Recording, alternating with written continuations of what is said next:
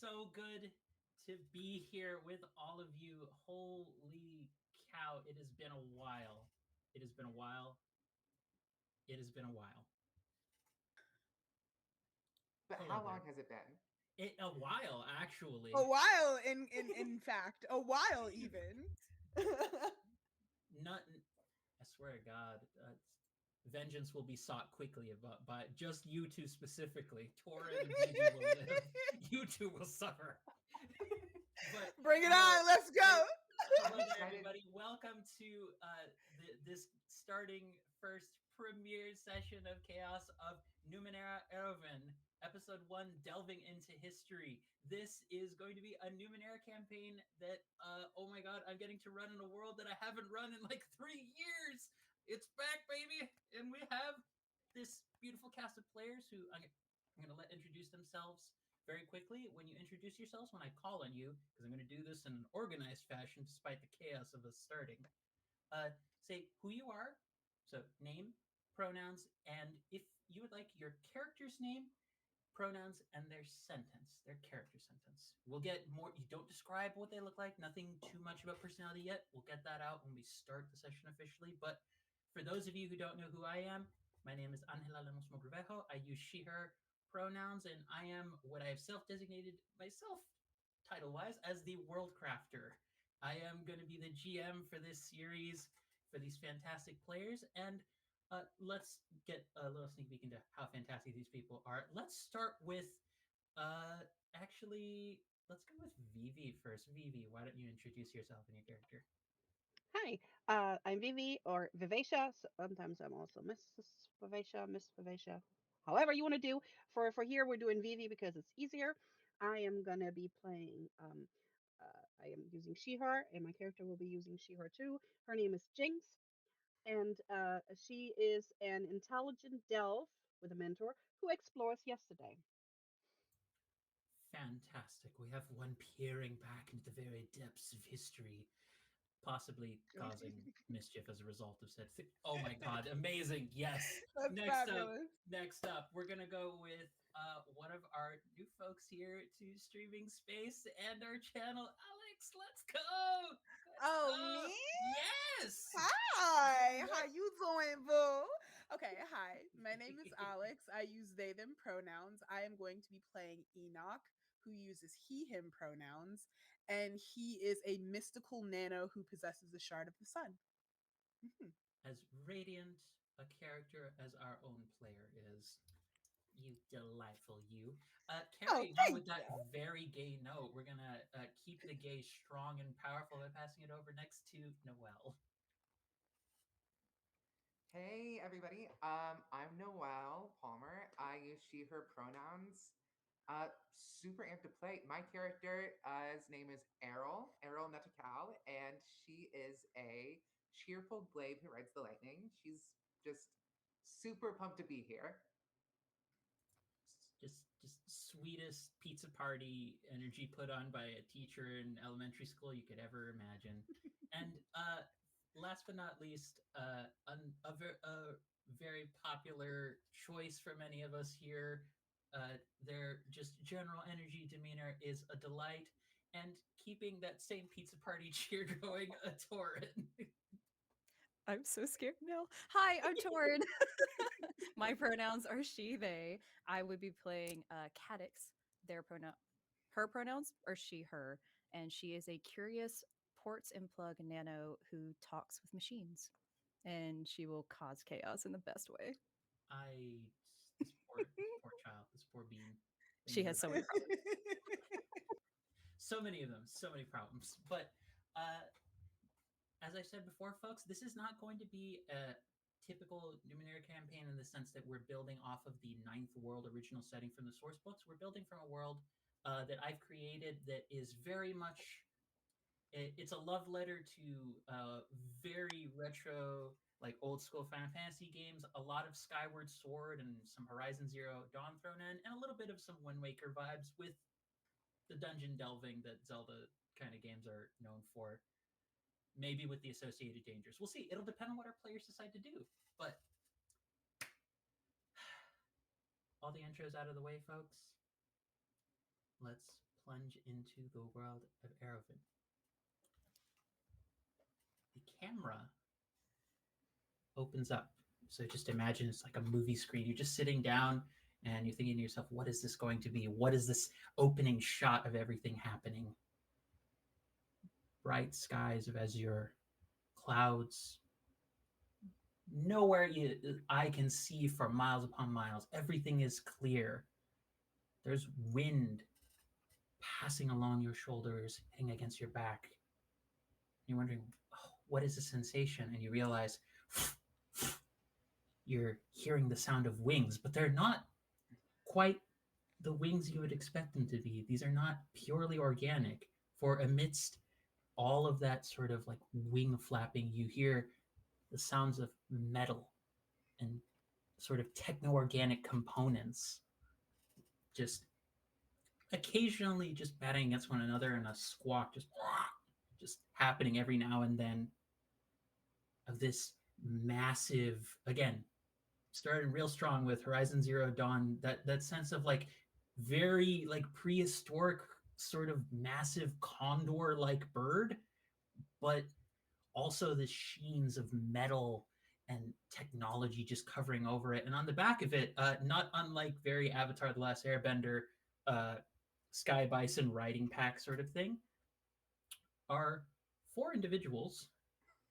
And at the host of this particular bird, at the front of it, riding along it, is what in this world is referred to as a gust walker, one of the various avian people and humanoids who exist in Aerowen. This one, I'm going to give viewers and our players the delight of going to look up what a potu looks like, because it is a very ridiculous looking bird. Yes, Noel. Could you spell that? Potu, P-O-T-O-O. It's very silly, and that if you ever wanted to see what a cartoon in real life was like, I didn't know that's what its name was. So cute. Oh my god. Look at it. It's so cute. Oh my god. Oh, it's like it's like a lizard and a bird had a baby. It is. I love this. Quite pleased. Big fan. So it's normally in our world kind of a almost moldy brownish kind of covered feathered bird with kind of a shorter beak, but its eyes look the equivalent of, if you've ever seen the awooga effect that like certain like wolves in cartoons have when they see against someone who's very attractive.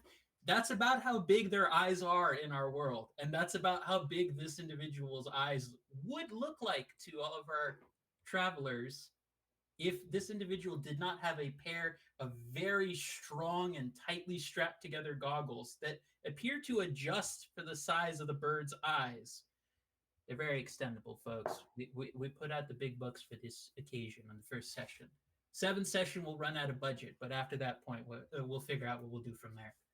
But as you are soaring through the air, just this flapping, occasional sound from this massive condor happening, the gust walker, who would have given the name Virgilius, but you can also call them Virgil if you'd like, sort of turns around, sort of like, so it's been awkwardly quiet for a little bit.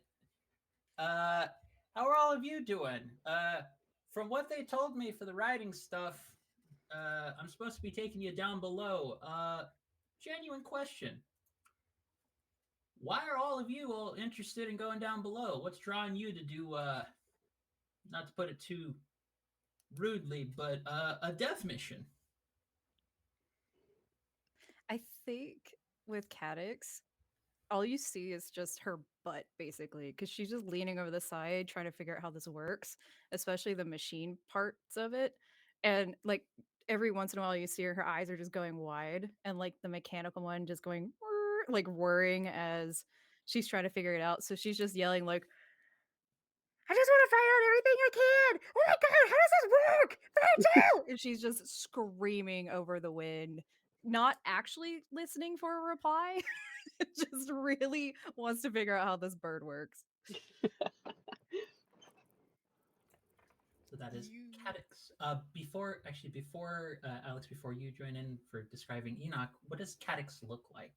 If you would not mind Uh, describing her. so at the moment, all you see is just like purple pants, but with one leg you can see is in a leather boot. The other one is actually mechanical, and it's like a dark red kind of color. And on that leg, you see ports in there, so like little ports that you can push open. And they would have seen this before, where when it opens, there's like different hard drives essentially of just memories into those legs. Otherwise, you just see these mechanical silver pieces just flapping in the wind that attaches to her real hair, which is also silver. And she has darker skin with like purple and blue and bright colors everywhere all over. So all of this crap is now just like blowing in the wind, getting tangled up. She's gonna have to take hours to get this undone later. So If she thinks about it. this Yeah. is the sci-fi version of the inflatable dude at a car lot, just Oh going yeah, wild just over there. So everywhere. Oh, flibbity flabbity.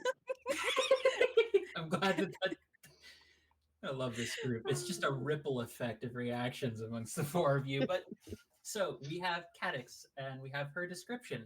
Enoch, I believe. Alex, you were about to chime in. You're up. Yes, I was. So Enoch is on the back of this bird, sitting crisscross applesauce, and he is a very tall, very slender, very like regal, stately black man. He's got dark skin and brown eyes, but they glow white from time to time, depending on what he's doing. He's wearing um like a purple robe with really wide sleeves, and you can see he's got his hands resting at his forearms so you can't see them. um and he's just kind of looking around, trying to figure out how a dream led him here specifically on the back of a techno bird that looks like it can eat him whole. um so yeah, that's, you see Enoch. He's got, oh yeah, he's got a bald head and long pointed ears with piercings all down them. Very very stately, really cool guy. Hmm. All right, fan artists who are currently in the chat, you know what to do. We're gonna do that thing. I would be so honored. Like, If any of you, if there are actually any fan artists watching us, for the love of God, draw anybody, just anybody. I want that fan art on my desk by Anybody. Thursday. my I need those Thursday. pictures. I need those pictures of fan art by tomorrow, and I want possibly pictures. with citizens too. Pictures. And unlimited Immediately. like redos. So, Chop, chop. so we have those two. What about our two other passengers? Who else? Who follows from that? Or does anyone say anything in response to Cadix amongst our other two passengers? Because it looks like Enoch's just like shaking his head. How the fuck did I get here? Enoch's just completely unfazed. Somehow the wind isn't blowing anything. Well, he's Just bald. There's no completely hair. Yeah. I will say Errol. So Errol is like pretty pale, has like kind of a spray of freckles, just these massive like Disney princess eyes, and kind of long, shaggy red hair. She's wearing like a leather kind of like top that's like kind of like that medievally stitched up kind of vibe, and she's got some just standard adventurer pants, and then she's got a glove very conspicuously over her right hand that looks extremely lumpy and hard, and she is doing her best to keep that just as much in her pocket as she can. um she is holding on to Enoch for dear life, so excited. She truly, she could not be more amped to be on this giant bird. She's like, I'm here with, she goes, I love you guys so much. You're my best friends. And then she squeezes Enoch a little tighter. She's like, you don't even have to answer. I know Enoch I kind know the of, connection. he grumbles a little bit, but he'll squeeze your shoulder kind of tentatively, yeah, Oh my in god. response to a squeeze. Uh, and Errol is so excited to go down to this death mission because, like, sometimes we make mistakes, and sometimes we're looking for ways to undo those mistakes, and sometimes those places might not be so fun to go to, but it's fine. It's good. We're all so happy all the time. I think it was Cadix hears mistakes. She just is yelling like, "There are no mistakes. We can make it happen. It's fine. We'll get there. We can learn something new on the way." Like just never Everything mistakes. is No so mistakes ever. wonderful. I feel so great. So while those three initially are being very happy, or two of them are happy, one of them is currently clinging on to the side for dear life. Vivi, why don't you introduce Jinx? Well, you see Jinx, and Jinx is very average. You see this upper middle aged woman. Just imagine your little chunky English teacher or math teacher, and she is right next to Cadax, and kind of like holding on to whatever belt or strap there is, and it's just like she's just wearing these goggles against the wind, and she has like a big um magnifying glass that she can like pull over, and she's just holding on, and she said, "We're gonna find so much interesting stuff down there. I mean, I mean, if you don't fall, I swear."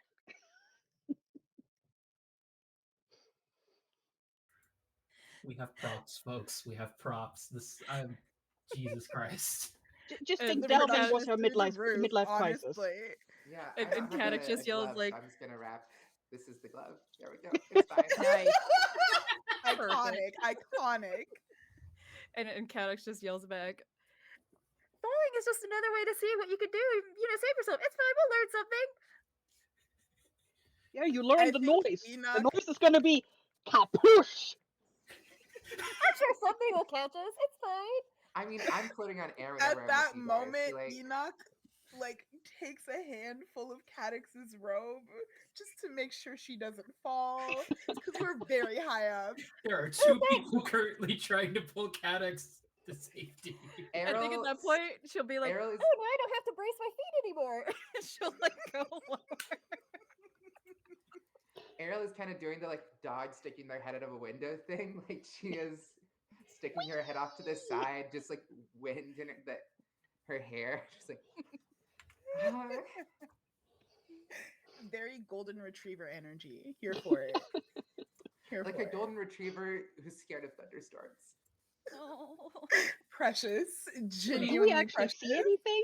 I mean, So, Cadix is hanging over the edge, and I mean, Jinx probably also checked it out, but so I was just about to get into that. Thank you for that. That lead up could not have been more perfectly timed for this moment, this exact moment.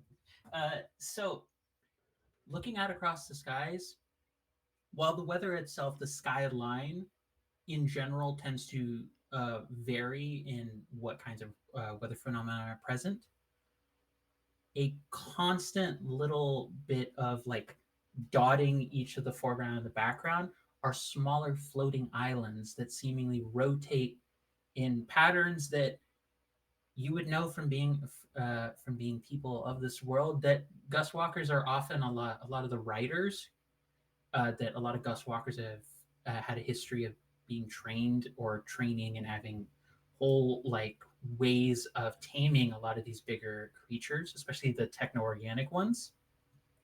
They actually will use various kinds of uh, dowsing rods to actually kind of measure the actual way in which different islands are rotating around essentially the central nexus point of this world. While there are four sort of major uh, floating island masses that are each at the cardinal ends of the world, there is a center point that is sort of the hub of commerce, travel, and everything. But in between all of this, all the weather and all the different patterns of behavior the weather happens to exhibit in each different region, there's dozens, if not hundreds, of these smaller little islands that sometimes folks will put up the equivalent of like a truck stop spot on every single one of these. And people do different kinds of creative artworks across all of these. Though, because Jinx specifically was asking about this, I'm going to offer the first GM intrusion of this game. But I'm going to do this a little bit differently because it's the first one. And because you don't have XP yet to refuse it, I'm going to instead give you a choice between one of two things. I will say a phrase. I will say two phrases. And you tell me which one you would like to pick for a GM intrusion. And then you can tell me who you will give an XP to. So here it is.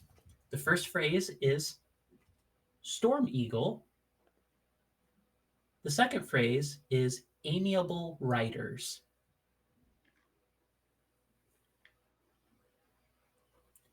Which one would you like to pick? I mean, Storm Eagle is so cool. I don't want to bias the pick. Let's let Jinx do this. Everyone else, let's keep hush hush. Just for this first one, I want to let Jinx really define what the start of this adventure is going to be. Do you want riders or do you want Storm Eagle? Riders. Okay. So you get 1 XP right off the bat, and you can feel free to choose amongst your fellow 3 companions who will get the other XP. So, and give a reason why you would want to give it to them.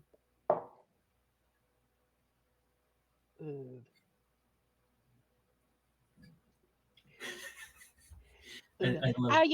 She would probably get, it's like she's right now so closely intertwined with Catax that that's what's going to be, because it's like they've already been on an exploration before, and that's why she already knows she's like, I'm going to make sure she ain't going to fall over the edge right now. So yeah.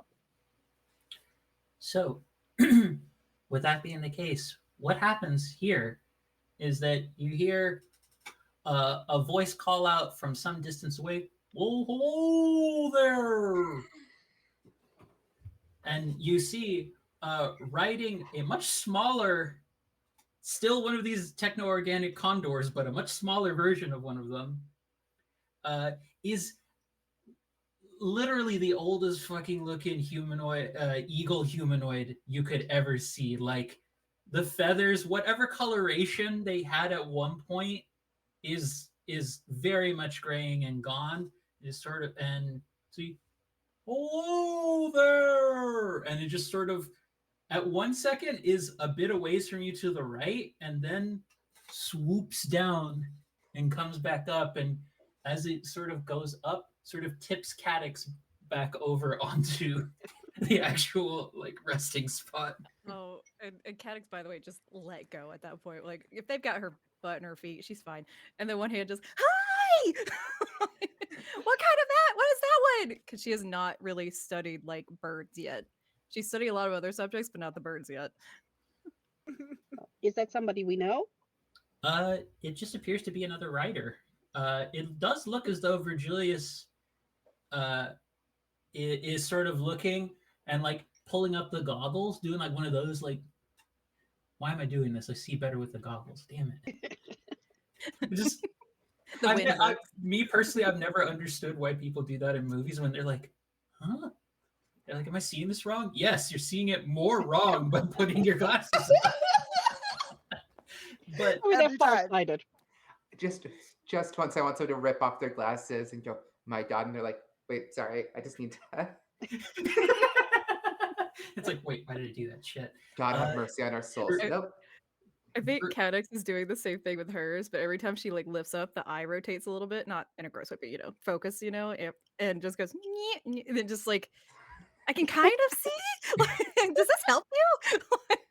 And you do see Virgilius just sort of has this look of like, oh no, yeah, like his eyes just kind of shrink down just a little bit, like he's not happy about this. Well, Jinx will be like, hello, hello. Well, thank you for the assistance. You know, Cadex loves watching. Uh, hi, I am Jinx. Hello there. My name is Ovid. It's a pleasure to meet you. Uh, uh, I'm still getting used to using this kind of thing, but I believe the proper manner of introduction is the pronouns which I make use of on many occasions are of a they and a he persuasion. I'm trying out the first one just to see how it goes, but kind of old. Never really used to have this option before, but it's kind of nice. But I will still happily accept the he option. Just letting you know. God, I'm gonna cry. I love him already. Ovid is my favorite person in the world. If you do anything to Ovid, that's I our will characters burn will All down our this characters will Hang leave on. the series. I will our burn characters it will down. jump out of the screen and You'll throw and fight you. So And I think once he said, or once they've said their names, Cadix brings out a piece of paper and she doesn't write anything. She just takes her hand and like goes across it, and it has their name on it, like how they met, little like details about the bird, like his feathers, like just on paper. Yeah, Jinx would be like, don't forget the pronouns. Got it. And they're new He to him. persuasion and Wait, no, their him still persuasion. works. They're persuaded. This is a new thing. Like, it's not like Yeah. grammatically correct at all. It's just a stream of consciousness with like no real punctuation. there's just a moment where when Jinx adds in the comment, you cut off that thought and just start a new Yep. sentence. And then, It's not even on the Jinx same reminded line. me. It might not even be straight sometimes. Like they might be crooked. So we've established no one in this group is neurotypical. Very nice. Good world Ever. building, everybody. Ever. Not even close. Good character building, Literally, everybody. why? But so Very realistic. Very, very realistic. You Very got realistic. this. The bird is the one neurotypical person in this world. Typical Potu. Oh, goodness. So you do see Virgilius just sort of mumbling under his breath. He better not do it. He better not do it. Hello there, travelers. Would you happen to be interested in a little bit of excitement in your life? I love excitement. Is Already on board. Define Even- excitement. Even Enoch sort of like pays attention at this. He's been pretty stoic at this point, but even he's sort of like, what do you mean? Explain Well- More yourself. excitement than right now. Well, whereabouts are you heading? And you hear Virgil and sort of before any of you respond, we're heading to the land below. You really want to try and do a race right now while they're trying to get over there, Ovid? We get to race. oh my god, this is my first race. She is going to run up to. I'm so sorry. What was our writer's name? Your writer's name Virgil? is Virgil. Virgilius. Virgil. It's Virgilius, but Virgil is acceptable. Thank you. That would be a theme amongst these poets, amongst these NPCs for a bit. Which one is it? No, she runs up to Virgil and sits down with the same like book she has. Just, I have so many questions. Can we race, please? I want to see how it works. And just asinine notes about Virgil, like what he looks like, his facial expression. Just No. everything. We are not doing a race. I need to get you safely there. And every time I've raced this person, it's never gone well for me. I either Can't. lose something, I either get shocked by something, or a storm eagle shows up, and then I get shocked by something and I lose something. It could be different this time. You never Do know. a race. Jinx Plus, is, we're here, is maybe- sitting through an Explorer pack and already getting out rope. It's not a And, good like, idea. It's not a good idea. Enoch is I'm gonna gonna help put you them with down. the rope. Enoch's And gonna help beginner's you with luck. the rope. Like Yeah. we're all beginners. We've never done it, right? So yeah, it could work. Come on. God, that fuck, has a fuck. loop She, like, somewhere that I'm grabs his gonna arm. hook it up to. So here's the thing. It sounds like two of you are opposed to this, two of you are for this.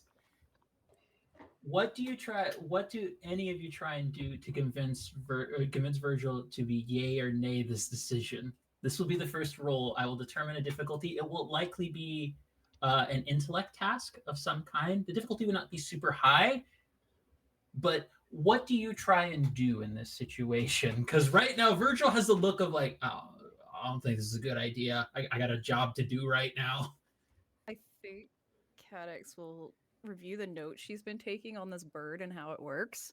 Just, aerodynamics. Totally could learn that. Yeah, sure. And give all the reasons why ours is better and faster.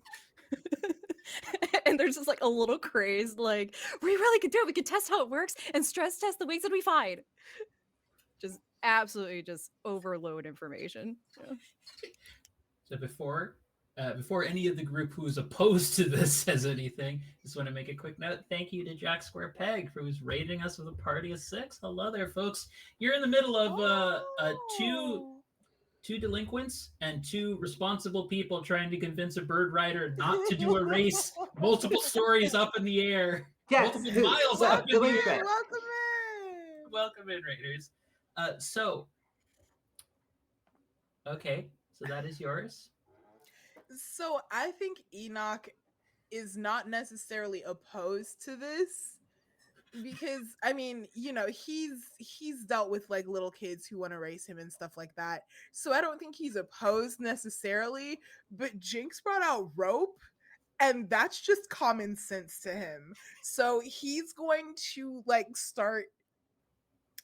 walk up to Virgilius and say, "I'm sorry. Would you mind if I tied you down so we can do this?" So that I can't like control the bird. Oh, you were for To safety. keep you Okay. safe. Keep you safe. You have sense, is what I'm gathering. This is good. This is That's what they tell me. Well, you and the other one, and just looking over at Jinx like with a look on his face of like help, and the eyes are Jinx has been popping a out. teacher for a long time. She's like resigned. She knows Cadix, and she's like, you know what? They want to do this. They're going to do this. Let's try and do this as safe as we can. That's why she's like digging So- out all of this rope, and she's like, I wish I could stop her, but you know what? She can't even remember that she never listens to me. Christ, that's What are you talking about? I've always listened to you for the last Yeah. few minutes. Yeah, the last 30 seconds, maybe. Errol, you look like you were trying to. Oh, say I was just gonna say, me and Cadix are like, whenever a kid's like going to McDonald's and they get really excited, that's the vibe that Errol has right now. She's bouncing up and down. God damn it. Race. I'm just picturing. So folks, here's what I'm going to do. So I have to make note of this because this is actually super helpful. This as part of Monty Cook's. Ooh, we might have lost somebody. Oh, wait, they're back. Never mind. That didn't happen. For a The second. blip in the matrix you just saw, it didn't occur. Nope. So Monty Cook was very kind to actually send me a copy of Destiny and Discovery. So thank you, Monty Cook Games, for that. But also, one of the most Thank you. helpful things within this is a GM reference card, double-sided. So Yeah. I'm gonna say this is because it seems like Cadix and Arrow are the most excited. Here's what I'm gonna do. Cadix, this is a difficulty 3 intellect task, is what I'm going to say. If you have any sort of training involved in persuasion, talking to people, or anything of that sort, or if Errol has anything of that sort and is willing to help you, Errol can add. I won't let you do. I'll let you actually. Yeah, both can be used. So it's difficulty 3, Errol. If you have something that lets you help with this, that will ease the difficulty down 1 step. I actually do. I'm cheerful, and I am great at making people just go along with terrible plans. Okay, so Cadix, Yay. that will ease the difficulty down to a 2. So, Okay. so in this system, for those of you who are not familiar with Numenera, it's basically whatever the difficulty times 3 is the target number you need to reach on a D20 roll. So, 20. Okay. before anything else, do you want to use? Do you want to spend your points because it's intellect? Do you want to spend some intellect points to put in a level of effort, or do you just want to go for it as is? Difficulty 2 is not too bad. Yeah. It's definitely something that you need to focus a bit, but it's not on the higher end of difficulty. I think I'll be okay to not spend them. But go ahead. Technology question, basically. Since, I mean, does it count like we're working on the same task? Because since she is my connection, I'm gonna And say you know, yes. if we're working so well together that we both gain +1 to any roll when we collaborate on the same task, fight the same foe, and Yeah, so on. yeah. I'm gonna say I will put it in this situation. The justification is Jinx has sense. That's all I need to We're say. taking So, precautions. Advantage on every roll. no, it's not Advantage on advantage. It's +1. every Yes. roll. +1, damn it. So it will be difficulty 2. So you're looking for 6 or higher Cadix, and Okay. whatever you roll +1. So roll a d20. Tell me what you get, and I'm let's see scared. what happens with this. First roll of Oh, the no. game. What did you roll? That's a Oh. 2. Makes it a 3. One is a 3. So, So like, those points. Keep doing the math for the roll. I think this is a great opportunity to review the point system. Yes. Yes. So, folks, here's what happens.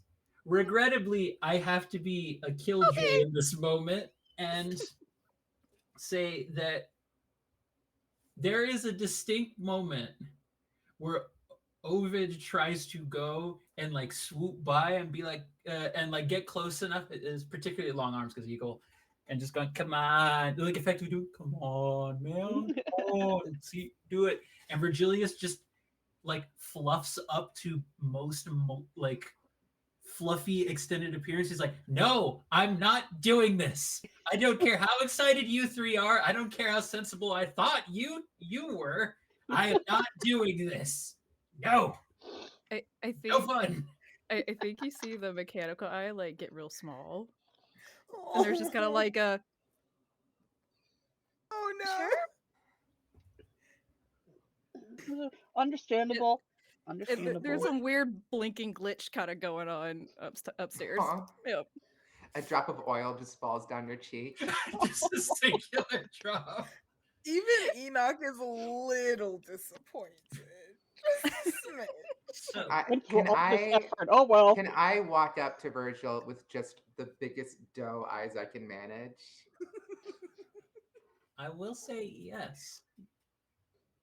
So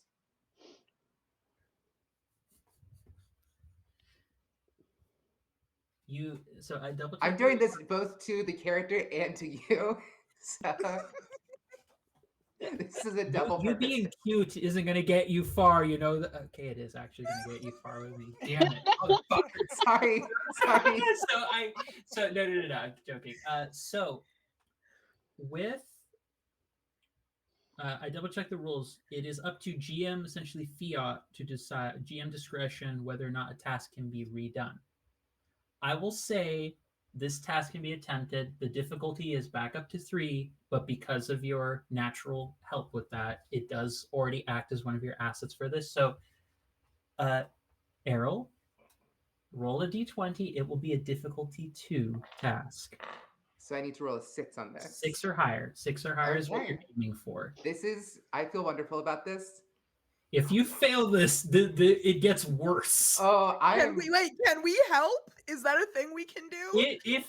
If you can provide some way of being an asset to Errol's argument. Right now, Cadix is not going to be able to do anything because he already said no. And Jinx is sort of eyeing with suspicion. So Enoch, if you can think of something that would be helpful. Okay. So here's a question. Okay. I have training in things related to sight. If I told Virgilius that I would help him see and maybe win against Ovid, would that qualify as a helpful action? I got mad intellect too. I'm just saying. Listen, I'm gonna What do you? I'm gonna give you. Enoch, what do your cool ass eyes see? It's fiery ass eyes, damn it. Right. Cool. But here, you know what? Because you phrase it, because I got intellect too. Because you phrase it like that, I will let you take another ease in the difficulty. So it is only a difficulty 1 task. You need to roll 3 or higher. Errol, see if you can manage it. Okay. You got this. Are we ready for this? Yes. Big money, no whammies. Big money, no whammies. That's a 17. Woohoo! There we go, people. Success! There we go. Oh, let's go. Let's that fucking is- race. That's what we do. That's what we do. So, oh, I do recall damage bonus. Damage bonus. Sorry, I was about to be like, there's a minus I, one, I 17. But punch Virgil in the. Hey, nerd. so I don't do that. you don't do that because if you do, your writer's concussed. Just daydream about it. So I will say, this is actually relevant to my character. There's like a brief flash of an image of her doing that, and she's like, no, I'm not doing that. I will say, only Errol hears a voice saying, "No, you could do that. It'd be very easy to do that. No, Looks no. pretty helpless. I mean, we already got it finished. Come And on. I don't want to hurt anyone. Sure, Okay, we ready to come on." race? It's just this is that awkward. No. You mental voice that I don't want to acknowledge is there. You're getting put in a timeout now. It's If Cadix hears race, fine. You just hear Virginia. Fine. You want to race? Fine. and then All she just of race. you We're gonna race strap in. now. All of you strap in. Damn it. Let's Enoch tie pats them all down. Virgil on the back. Good guy. And like straps in. So here's what happens for the start of this, and this is actually going to be a role that I'm going to have Enoch do because you volunteered Mm-hmm. in order to fulfill the deal to get Errol to even convince Virgilius to do this. Mm-hmm. So here's what happens at the start. There is a moment where Virgilius and Ovid are like, they're flying next to each other, and they're like, all right, when they open up, we ride. And none of you know what that phrase means. There is a sudden moment where the wings on both of the condors just kind of like, if you imagine the sort of like little divots that open up when an airplane is like starting to do takeoff. There's other little like it's like, imagine jet engines, but they're shooting out almost like feathers. Like they're literally molting their own feathers in order to create like propulsion. That's so cool. That Okay. is so cool. Yeah, Cadix's hand is Super just like into that. speed typing, writing at this point. Like, oh my god! Even Enoch is taking a note because I don't think he's ever seen anything like this before so up close. It's definitely one of those things where it's like, okay, that's weird and that's really cool. This we put under, in my professional opinion, is fucking dope. Yes. So the first bit of this is just both of them. You're like, you hear the sound of what's supposed to be something starting up go off for both of them, and then nothing seems to happen. You're still flying along, and then imagine the sort of like delay that happens when if you're watching like a Star Wars film where it does the light speed transition, that kind of sensation of just boom going forward. So Enoch, Yep. this is going to be a difficulty 4 roll for you because you all pushed Virgilius for a race, so he's going all out. So Oh no, the consequences of our actions. I know, right? How did we get here? So this is what it's going to come down to. I will say that this could be anywhere from either, I would say might or intellect would both be appropriate here.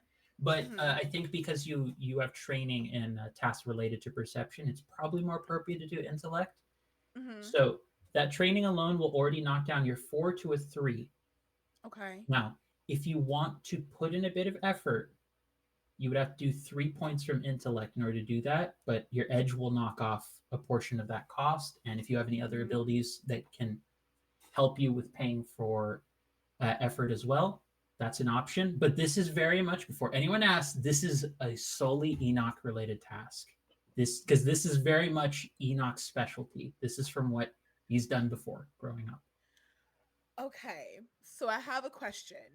Yes. I have an effect because I possess a shard of the sun. I can do like a minor effect. Can I leave Ovid dazzled if I like shine a light in his face? Is that how that works? I think that would technically be correct. Let me go pull up. It's Shar the Sun, correct? By the way, Yes. if you're interested, this beautiful ass book. This is It's so it's pretty. Oh my it's god. real It is pretty. so I ain't gonna pretty. lie. I ain't gonna lie. That's a book you can knock a man out with. You know? That's self-defense right there. What do you mean Exactly. could? As Yeah. an actor, you know. Hey yo. Could. Yeah, where's our sixth player? You know, We agreed not to talk about that. Yeah, you all agreed. If I'm allowed to keep going with this, none of you are allowed to mention that part. That's Hey. how that works. That's how I that don't even works. know what we talking about. What happened? Who? I don't even know Huh? what's happening. I I just don't woke up know. and was here. I just showed up in a Twitch stream one day. Just wandered in. Yeah. Whenever the What's screen this? goes dark, Alex is just gone. Like, goes to the void. God damn. I'm very glad y'all are mapping very well while I figure out it's possesses shard of the sun. Where the hell is the shard of the sun? I was going to. It's in so the other thing I book. was It's in the other book. doing was To the since I ancient had, like, my text. lightning powers, I was gonna supercharge the bird, but I feel like that would make things way more It would. difficult for us. So Right? I was gonna sort of sabotage the opposite bird. I just want to sabotage the writer. If I can listen, I love mean, Ovid and I will this turn is- this place down if anything happens to Ovid. So But what? also, we're not what going to lose your- Ovid. Right? no. Oh, you're talking about the flash of light leaves a creature dazzled. So minor effects Yeah. are when you. That's what you're talking about. Yeah, minor Yeah. effects. That is when you roll for a minor effect. Oh, When you I see. succeed in the roll, that would give you a minor effect. Got it. So Okay. the answer is yes. However, you have to roll successfully to get that. Don't worry, folks. The streams Okay. will be a lot of my players suggesting things and me consulting with the texts to see All whether right, they are so- full of shit or whether that they are brilliant. And I love all of them. I'll still think they're brilliant, but whether or not they're brilliant and cause me severe headaches, we'll see about that later. We'll trust and believe that 9 times out of 10 I'm full of shit, but also I am a genius. So It's really Wow. a thin line, y'all. Just saying. like it is. It's Einstein. a thin line. Love it. Okay. So Okay. if I'm going to do this, my difficulty is Right now, it's 9, at a right. That's the well, target the result. number? Your difficulty is 3. The result you're aiming for is 9 or above. If you want to Got put it. an effort, you would spend points from intellect, and you would lower it down to a 2. But that's if you want to do that. You can opt to do that or not. You know what? Yeah, I want to go ahead and do that. I have an edge of 1, so does that mean that I So you have only an edge of 1. lose So instead of it 2? costing 3 points, it'll be 2 points. Yes, that is correct. Okay. Do I lose my edge for that or no? No. Edge is used once per action. It's constant. It doesn't just get used at one point. It's always active. Oh, I like that. Yeah, Okay. it's basically you pick a type and whatever edge you have something in, you're like, I'm going to be a BAMF at that specific type of task. And Enoch is a very smart boy. He's a smart very boy. smart boy. He's very Okay. delightful. He's a peach. He's a Okay. Cool. So okay. Okay. Difficulty is 2. Difficulty number is 2, 6. Your target number is Got 6 or above. That's what you're aiming for. Let's see what happens with this. We got a 9. That's enough. We got a 9. Okay. So- I'm so- so Screw pleased. you, Ovid. So there We love you. is. We Good never for liked you. goodness. We just met you and it was told he was your favorite character, and now fuck I that still bird love in Ovid. particular. And now we must smoke him. Sorry. Yeah, probably. Gotta win. You're not gonna Yeah. eat him, are you? I So- hope Hey, not. Ovid, you're about to Welcome. metamorphosize into a loser. But we will burn him in this race. Anyways, all of you bullying one of my nerd writers, actually you're bullying an old man. It's an old man bullying an old man. He Noted. started That's it. the All only old kind men of we dislike. acceptable old man bullying is if it comes from another old man. You start playing chess in midair. Yes. So, Enoch, I will describe sort of the perceptual aspects of what make you succeed, but you describe to me what it looks like. I'll like give you the lead up to what does Enoch manifesting the shard of the sun look like. So this is what happens. You're all feeling that friction of this like high intensity propulsion, which I want to note, had Enoch failed, you all would have run into something in midair. Oh, You know that storm eagle I mentioned? You would have run directly into that had you failed. Ooh. No ma'am, no sir, no ham. So you're saying I can't study that now? Oh. I'm just kidding. No. No, Wait, no, wait, Torin, wait. not this session. Another session, I'll give it to you. But Enoch, it's even through all this movement, for whatever age has done to your faculties, it has never in any way, shape, or form dimmed the strength of your mind or your ability to take in the world around you. Everything for everyone else, it still feels like they're going like super fast. For you, it still feels like average speed for how your mind processes information. So you have that, and you see Ovid like very clearly. He's about to like do a dive and like swoop up to get in front of Virgilius.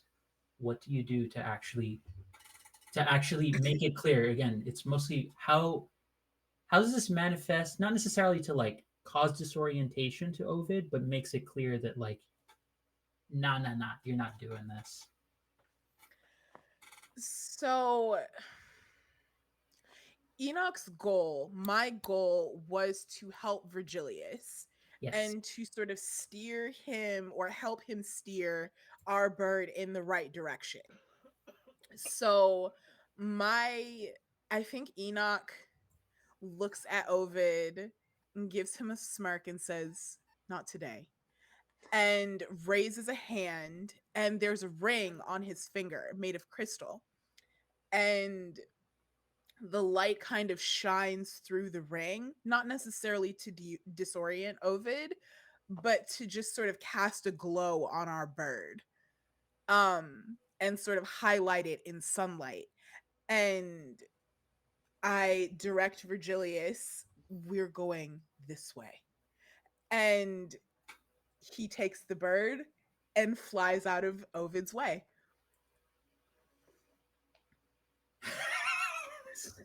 First time chatter bringing in, I believe this is what the kids refer to as shining on up. But for real though. This is a display that across the skies, there it is like a piece of the sun. It is like a direct column of light. A sunbeam itself has become animate and just streaks light all across these skies. It is a resounding defeat for Ovid, reaching a spot ahead. And you see Virgilius just sort of has this like look of like, I'm a man who's had 6 cups of coffee, no water, and I have I have an assignment due in 30 minutes that is like 7 pages long. I got this. Has that kind of energy. I'm sure I've never drunk coffee once in my life.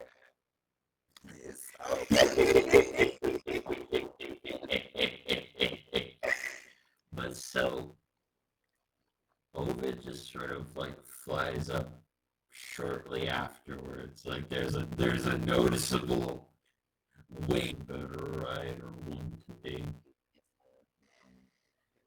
I send my congrats to you all.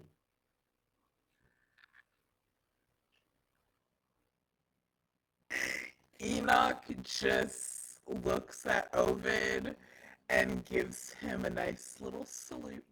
Cadix is But absolutely you got smoked today, baby. That and you just hear your legs.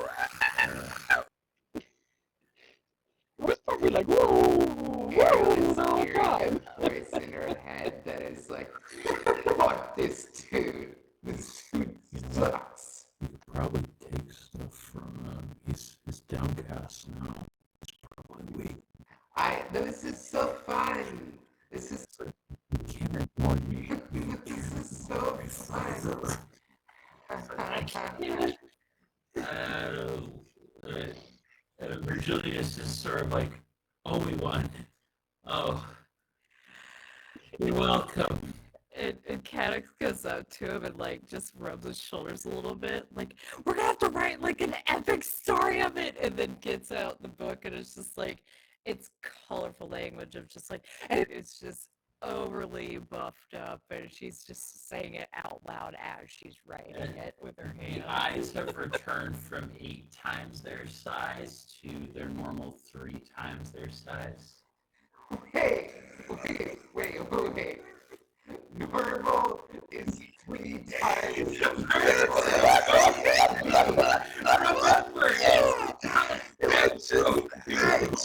Like, Tom is twice the size of our normal eyesight or of a normal bird. 3 is average. I truly think it will fit brothers. Oh no! And like, of course, get that big, you know, but the mechanic one's just like, This is, you know what? I think this is fine. You're fine. Just goes cross-eyed for a second, like his eyes just automatically go back. Well, Just try and pick an eye to look into. Pick an eye. why don't we go to a stop there? I know one spot. That sounds super. Easy good, now, nice. Birdie. Easy now, Birdie. yeah, we need to celebrate. We won. Do we get a trophy or like? You know, And have a hi. trophy for us?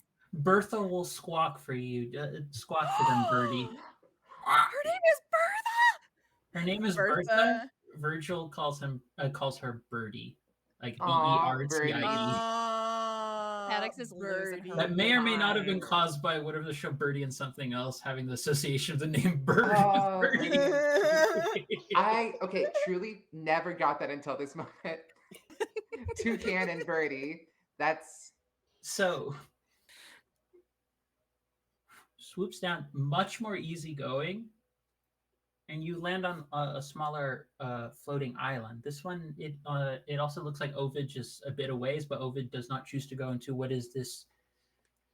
It looks like the equivalent of just like, it would be kind of like a rundown building, but all of the walls on the outside, for anyone who has ever looked at muralista sort of style, like artwork and creative depictions, all the walls are covered in artwork. They're covered in writing. They're covered in what appears to be hundreds of different little depictions, images, stories.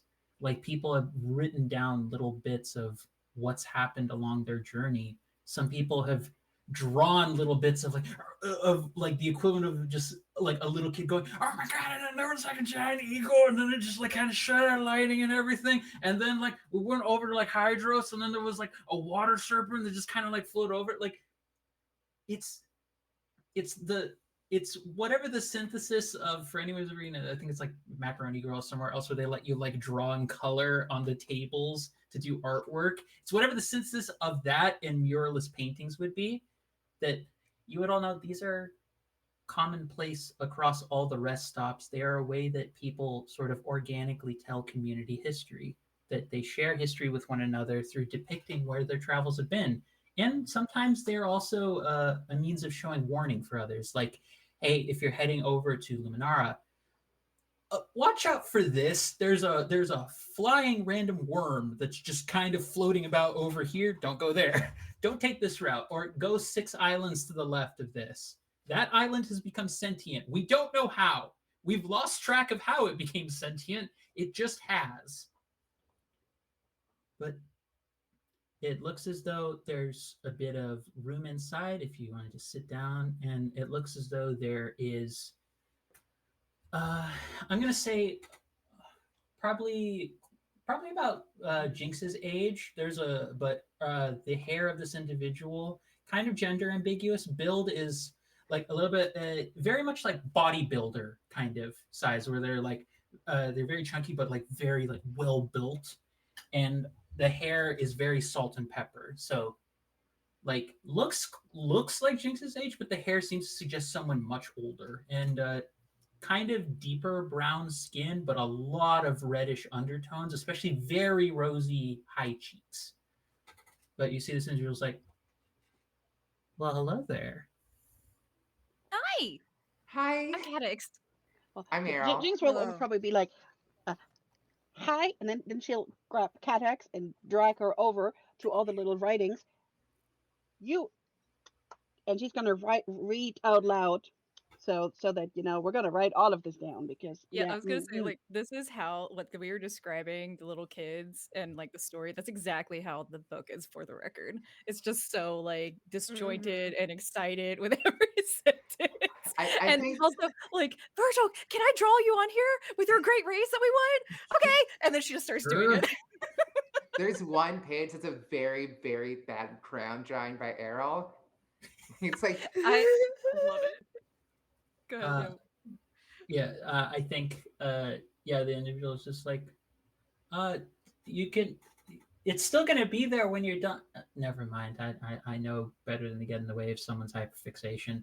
Anyways, like sees Enoch and has one definitely has a moment of like, hmm. I don't know how to best I describe it. mean, Has one of them you has one of those. right. Yeah, I mean, yes, but definitely has one of those. You can tell Z is trying very hard not to give off that impression, but is very like, okay, I see you. Well, look, baby, I'm looking too. Okay. Hello, good morning. How we doing? Do you My say name is this? Enoch. Yes, I do. Yeah, Okay. for sure. I was Enoch gonna ask goes them, like, full charismatic. Like we see another person that is not trying to jump off of a hyperspeed flying bird. Yeah, Enoch's interested in that. Hi, how are you? My name is Enoch. Pleasure. I'm Wilhelmina. You can call me Minnie. Minnie, nice to meet you. Z, if you're gonna refer to me, just as a minor note, Z, she, or he. Never, they's never really landed for me, but it's a personal choice. Just making it known for everybody. Of But course. are y'all hungry? Can I get y'all some food? Yes. Enoch immediately says yes. All I right. think Enoch is more thirsty. I mean, it feels the same in the tummy. Now, so uh, then he definitely gives. You do see Minnie sort of gives off this response, and he's like, "Very important to know. Are any of you of a vegetarian persuasion? Do any of you prefer anything? Oh, you're not a meat consumer? Okay, gotcha. Let me make sure I adjust a couple of things because I don't want to cause any sort of distress by not providing food that you can properly eat and all that." And you see that she immediately goes over, and you see there's this big there's a fairly like normal sized pot where you see she starts pulling out from underneath what appears to be the counter for the main area. There's potatoes, there's lentils, there looks like a whole bunch of these little like crystalline containers that if you look closely, there's definitely a variety of spices in them. And you just see she's like, red lentil stew work for you, hon? Excellent. For the rest of you, you see she sort of goes over to what you did not realize because the very buff, queer, muscly individual who is your hostess for this place, there is a big ass like pot, like think very much the shape of a wok, that is being fed by fire, that has a fire that's being fed underneath it, and there is a massive amount of just fried, almost like pork inside of it. That it's the thing is interesting about it. It's not frying from oil; it's frying from its own juices. So this will be ready in a bit. It'll be fresh. Uh, any of you particular to trying some hominy? We did just happen to get a stock of it. Hominy. I'll try it. Excellent. Very I nice. like hominy. And I think Cadix will take out this yellow book, like she'll swap books, and she's studying everything that she has, and just trying to pick like what she may like have written down before. Like, is there something similar where she could tell the region of what this food is from? For anyone wanting the real world equivalent to this, it's either a southern dish whose name I do not know, or if you're Bolivian, you would recognize this as this is our version of chicharron. So it's essentially it's like fried sort of like pork that is cooked long enough that the juices released from it are what cause the oil to cook, and it's often served. There's a couple of little spots that are literally by highways that folks just go by, get a huge ass plate of that and a good like chunk of hominy, which is kind of like a almost like a white corn kind of like derivative, or like it's like an adjacent kind of flavor.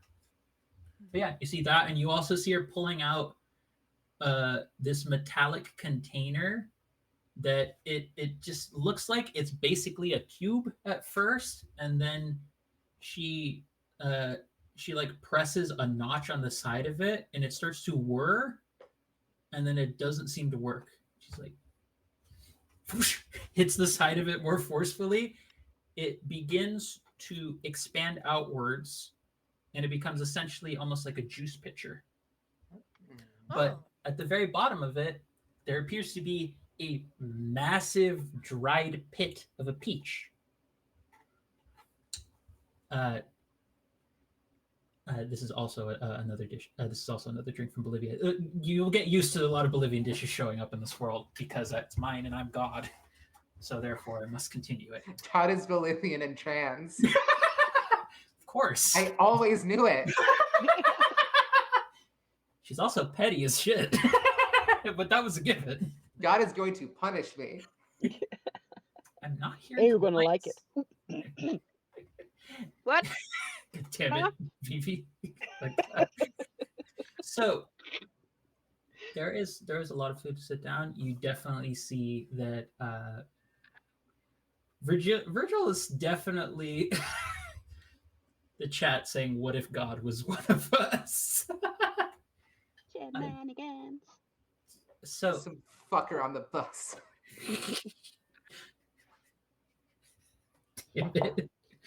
Players will not break me for a session. My players will not break me for a session. So, but isn't that the goal? For you, not for me. But so Virgil, what's Virgil doing? Virgil is sitting down at a table, and you see he has that look of someone who's coming off of an adrenaline high. Of like, can't believe I won. It's the first time in 36 races I won. He's just saying this stuff like all out loud, and he's not realizing, I think, that he's gotten off his bird.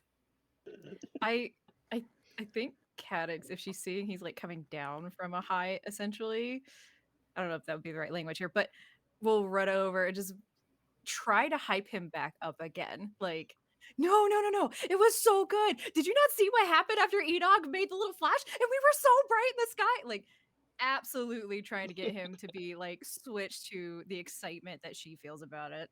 Yeah, that was really cool. That was cool. Why am I so tired? Why? I think Enoch is going to walk up to Virgil and just sort of like clap him on the back, and it might knock him forward a little bit, but just, clap him on the back like, you did good. Good job. Here's hoping you win more races. And safely. Very much impressed. And safely, yes. I mean, it's immortalized on the wall, so you could just stop now, and then you're, the champion. Yeah, Exactly. you're immortalized forever. You're always the champion in our hearts. And the do wall. it again. You can't lose And the again. wall. Oh. I don't know if the wall has a heart. I didn't check. It might. I mean, you can can't. just put artificial ones everywhere. Wait, you Oh, can? God. Oh my gosh. Yeah. Something on you? I mean, it like starts going into like all the different replacement parts he has. Do Hey, I have one Jinx, on me? Jinx is over here. Oh, children. Yeah, you I think definitely. Enoch is next to you, Jinx, and rubbing his head in the same way, like, oh God. The two older members of the group are just like, oh, crap. It's like, please don't take your heart out. You can just draw it on, please. You know? Hmm Just draw Yeah, it. but you can replace anything, especially if it starts to hurt. Just pop that out and put one in. Pop it Can out you do and that to put me? one in. Because Oh my God. Yeah. arm's been like a little sore, so can you just like I'm sure I can figure it out. are you ready? It's at this moment that Minnie like stops by and is just sort of like it's the this is my best way of describing it. It's if you've ever had a conversation about a very cursed topic in public and you just see the look someone gives you as they walk by and they overhear you, it's definitely one of those. It's like just sets down a bowl and also a plate right in front of Errol that is the stew. It's a very nice smoky and cozy sort of taste to it. Yeah, there's also bread that was supposed to go along with it, but I assume Errol's already consumed it. Oh, it's all gone within like minutes. But she also sets down the food in front of Jinx and Enoch as well, and gives Cadix time to be excited with Virgil while she also gets the plate. But Jinx, do you have the goggles on? Well, no, Like, she would have pushed him up. Like, oh, Mm-hmm. you do you do you have a friend who has a similar set of those by any chance? Yes. Okay, this looks like can't do that. Nobody will take me serious like that. Yes, yes, yes, I do.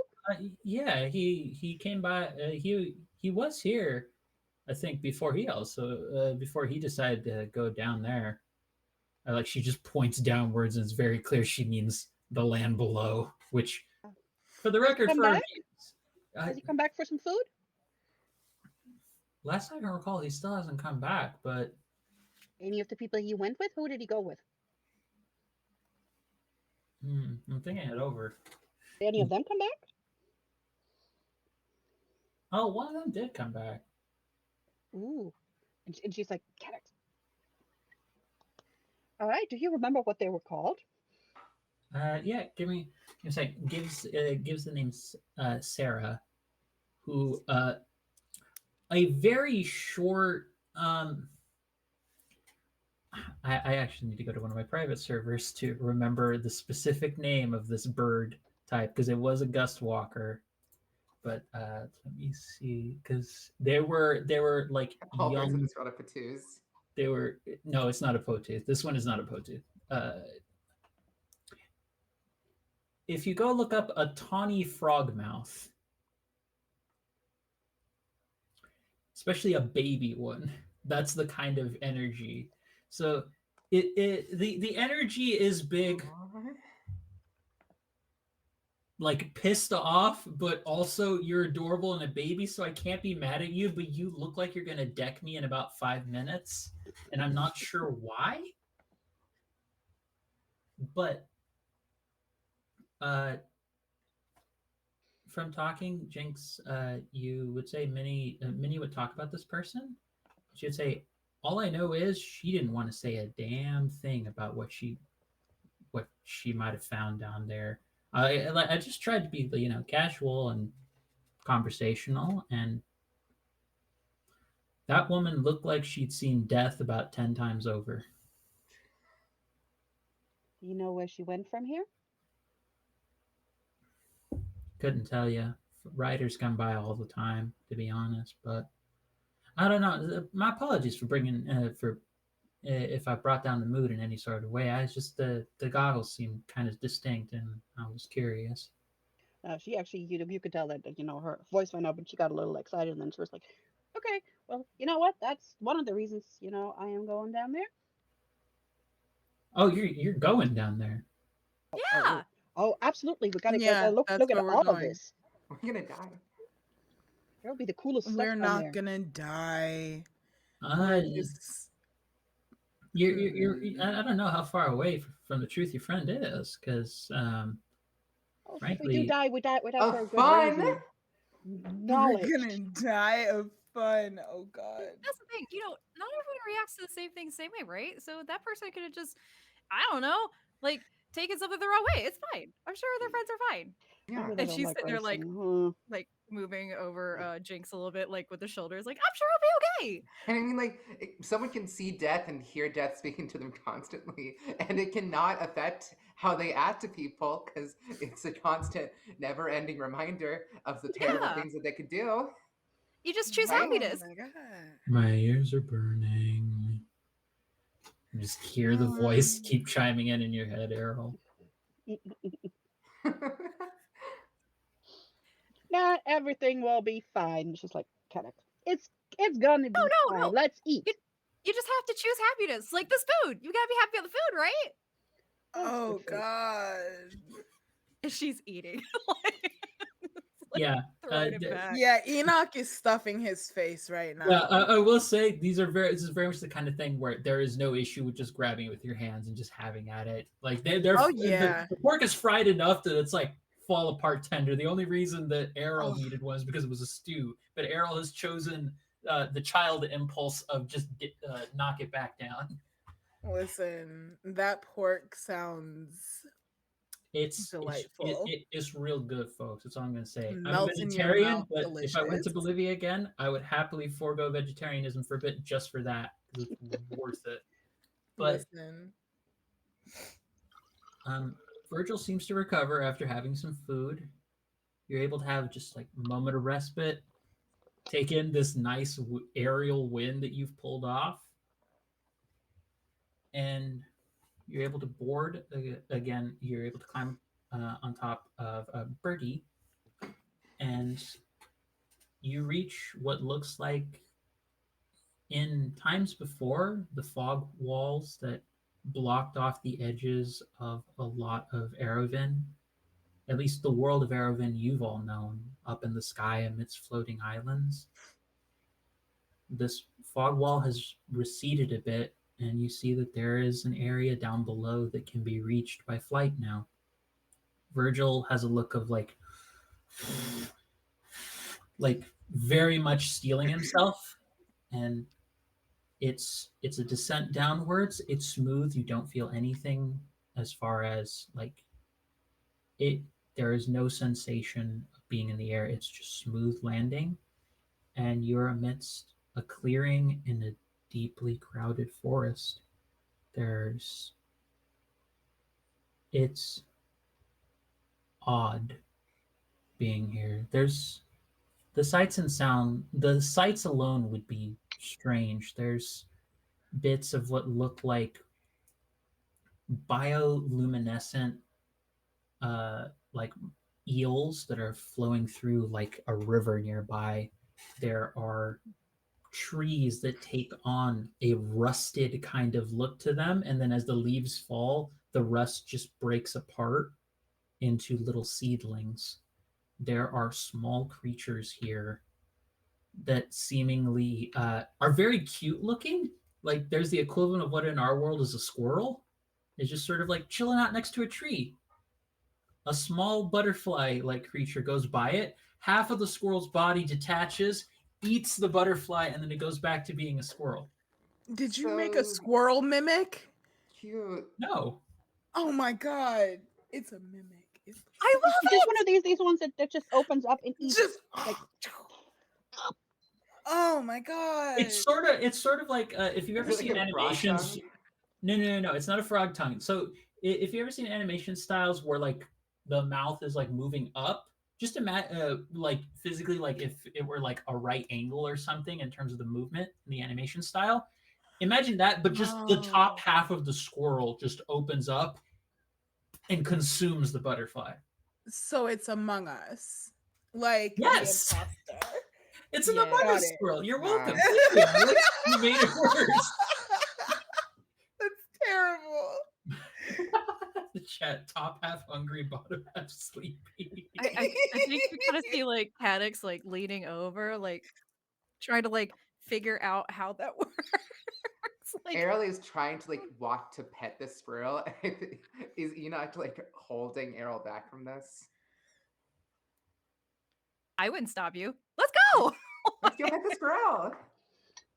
So what they all do, I think all doing that. Enoch is going to grab some collars Like and nope, sort nope. of like not allow them to walk towards this squirrel that just ate a bug loudly. Let me just familiarize myself with this. And she wants to use, part of her delve lore where she spends like an hour familiarizing yourself with a new area. Okay. And once she familiarized yourself, as I was, she get, all their tasks, perception, navigation, salvaging, defense, and moving about, gaining acid. Excellent. Hmm. So here's the thing. I would say you all notice this over time, but Jinx, you notice this most distinctly because you have the most experience of everyone diving into places and exploring. There is no sound like of creatures. Like even that thing that just ate it, it actually didn't do it with a lot of noise. It just sort of like just chomped it. Like it's one of the most unsettling things about being here is that it's just quiet. Like you feel like the sounds that this is going to sound very weird for anyone who doesn't have senses that aren't focused around like audio or tactile, but you can feel the sensations of like heat on your body, like the sound of like your body being like too warm or too sweaty. But there's no like creatures. There's no like animals scampering around. There's nothing of that sort. There's In a just forest? yeah. Did Virgil leave or is he still there? Virgil is just sort of like, so whichever you would like to take this, and has what looks like a very curved tooth of an eagle, but it's biomechanical and it seems to condense down. So blow into this, I'll hear it, and I'll come back down here, wherever you've called me from. I'll take it. I would feel better if I took it. Just says very privately to you, so would I. Enoch is going to like put it in a safe place in his robes. But yeah, folks, this place is quiet. Can I start using some of my mechanical parts to see if we're just as muted as well?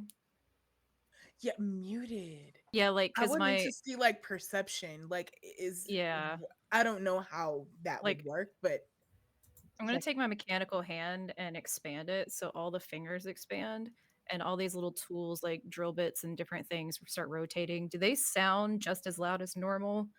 They do. Or Like right now, with you doing that, you are the loudest thing in this place. okay. So it's not like sound around you is being muted. It's just like Mhm. stuff in here is really weirdly quiet. Let's make more sounds. Okay. No, I'm kidding. that's the opposite of a good idea. The opposite of a good idea. Okay, so GM, I have a question. Mhm. So I have the scan ability. Yeah. I'm not entirely sure just how expenditure works with this skill. Can I just utilize it? Do I spend points for this? Let us But go ahead. reference the text. yeah, I have gained pertinent info in a 10-foot or 3-meter cube, including all objects or creatures.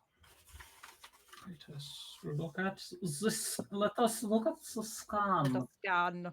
The scans. Believe No, it's a no, nano.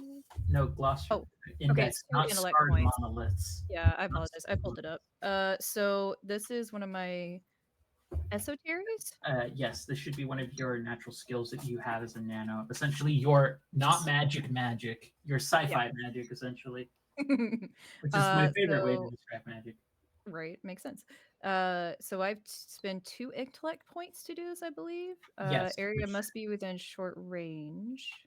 Yeah, And which then would if there's be any which creature or short range, object, as a it gets reminder, is level. a little less than I believe it's 50 feet. Yeah, I think it's somewhere around that range. It's a little less than 50 feet. So like roughly like 15 meters, somewhere around there. Let's see. In the third, you might. Oh, okay. First level. Yes. So scanning creature or object always reveals its level. You also learn whatever facts the GM feels are pertinent about the matter and energy in that area. Mm. So So, are you narratively, doing the eye opens up, starts like the 180 like a 360 turns and just scanning the area around us.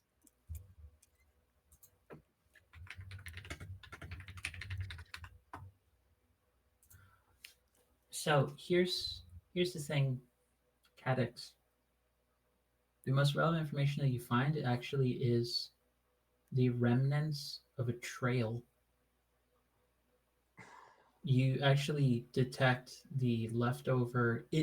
It's hard for most folk to pin this out. The only one who maybe would have come close, if she had the time, would have been Jinx or Enoch. They took the time to just really look into it and be careful. But for you, like in a moment, the eye like scans and you see that there is the remnants of a trail. Like there's the imprint of boots and movement of something that's gone through a certain part of the forest. Okay. Yeah, her eye opens up. She's like just looking around, and do I recognize like footprints seem similar to something we would make, or Yeah, they seem humanoid in size. They don't appear, though. I will say the imprint left over. It's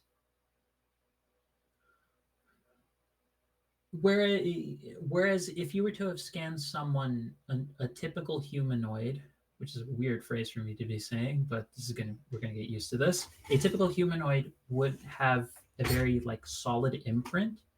Mhm. The imprint left behind that you're picking up, it looks more equivalent to like, this is a morbid comparison, but you get the point across. Have you ever seen like crime scene photos where like a body was found, like a victim's body, and that they've like traced the outline?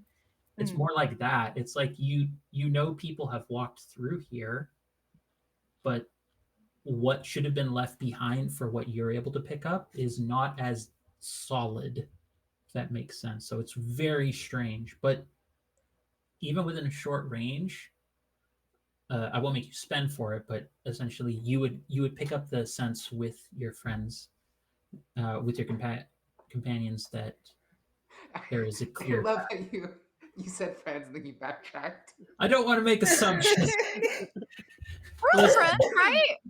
You're my best friends. You're my best friend. Hey! Hey, oh my god. So these two are going to get together at the end of the campaign, over anyways. over the hour that Jinx is familiarizing with it, and Kadax and everybody's doing their own thing. Would those prints get shallower, or do they stay? Is like what I'm saying is, are they slowly being like erased, No, they like stay the foam? same. They're not being erased. They're consistently that same strange level of imprint. So they were always low. They weren't deep on some point and were just They a didn't memory foam suddenly coming get like, back. no. Okay. But I would say, God damn it, Ark in the chat, and they were roommates. Oh my god.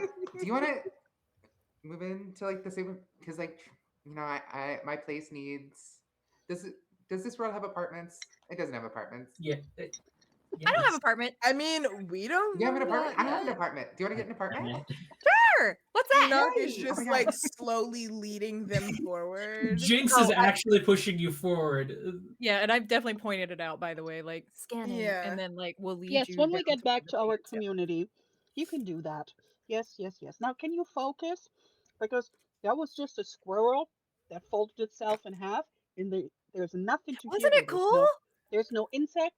There's nothing here. This is about the most unnatural place I've seen, and I don't know about you, Enoch, but this is kind of, even for me, that's creepy.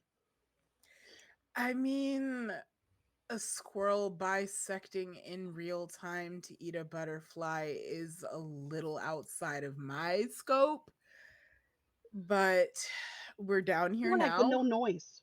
That's what creeps Yeah, me the out. lack of noise, the lack of creatures, the lack of beings that happen to inhabit this place, and then footsteps, like footprints, like it's.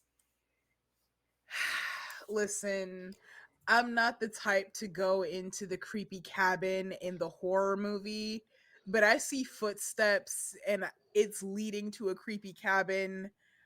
I say let's go inside. Yeah, they could be friends and like ghost friends because it's really weird how they're not like depressed all the way. Oh my And then she god. just keeps going and Somebody going. might Ghost also need friends. help. Ghost friends you could hug as much as you wanted because they wouldn't be able to. Oh my god. Yeah, they wouldn't get hurt. I feel like Enoch's head is throbbing. Oh my There's a god. noticeable increase in the tempo. He just right like now. whoop, whoop. So what happens from this with following this path? Because you have decided to follow it. You move through, and there are various bits of foliage that get in your way at times. Some of it looks like it covers all colors of the spectrum of different branches, just like flowing out. And there's definitely a sense. I think with both of your more seasoned members of the group, like occasionally any impulse to be like, "That's so neat."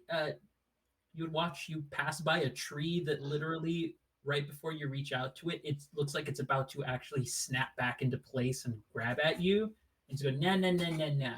Hmm. So Jinx actually is trained in perception, navigation, and then the knowledge that I picked is survival for the very delve nice. lore. So it's like, So yeah, please do not get chopped. Do not touch the shiny. as you continue forward, Oh, and you this got is quieter. so as you get forward, this is the scene that I'm going to leave you all on before we go into a break. As you pass through, you see the foliage sort of parts for a bit, and you come upon what can only be described as a staggering sight before you. A massive edifice, an opening to a massive structure that is not appear to be built for a human-sized individual. It looks as though it's built for giants. Just towering above you with this opening, and up at the very peak of this opening, you see there are rotating, almost like rooms, like sections. So imagine like the way that a Rubik's cube, that different things pivot around a central axis. There are things that are just constantly shifting and being reslotted into place, almost like the entirety of this structure keeps shifting time and time again. And it is at this moment that you are all very aware that the very little information that people have mentioned to you of something referred to as the Temple of Ages, you have arrived at what people have been looking into. Welcome to the Temple of Ages, folks. And that is where we are going to take our break. We'll be back in about 10 minutes, everybody, as our group has found Temple of Ages, let's go. This is going to be a fantastic thing. I wanted you all to have your fun for the first bit before I plunged you into this. So we're going to go into break, everybody. Catch you all in about 10 minutes, and we'll see you real soon. See you soon, guys. Bye.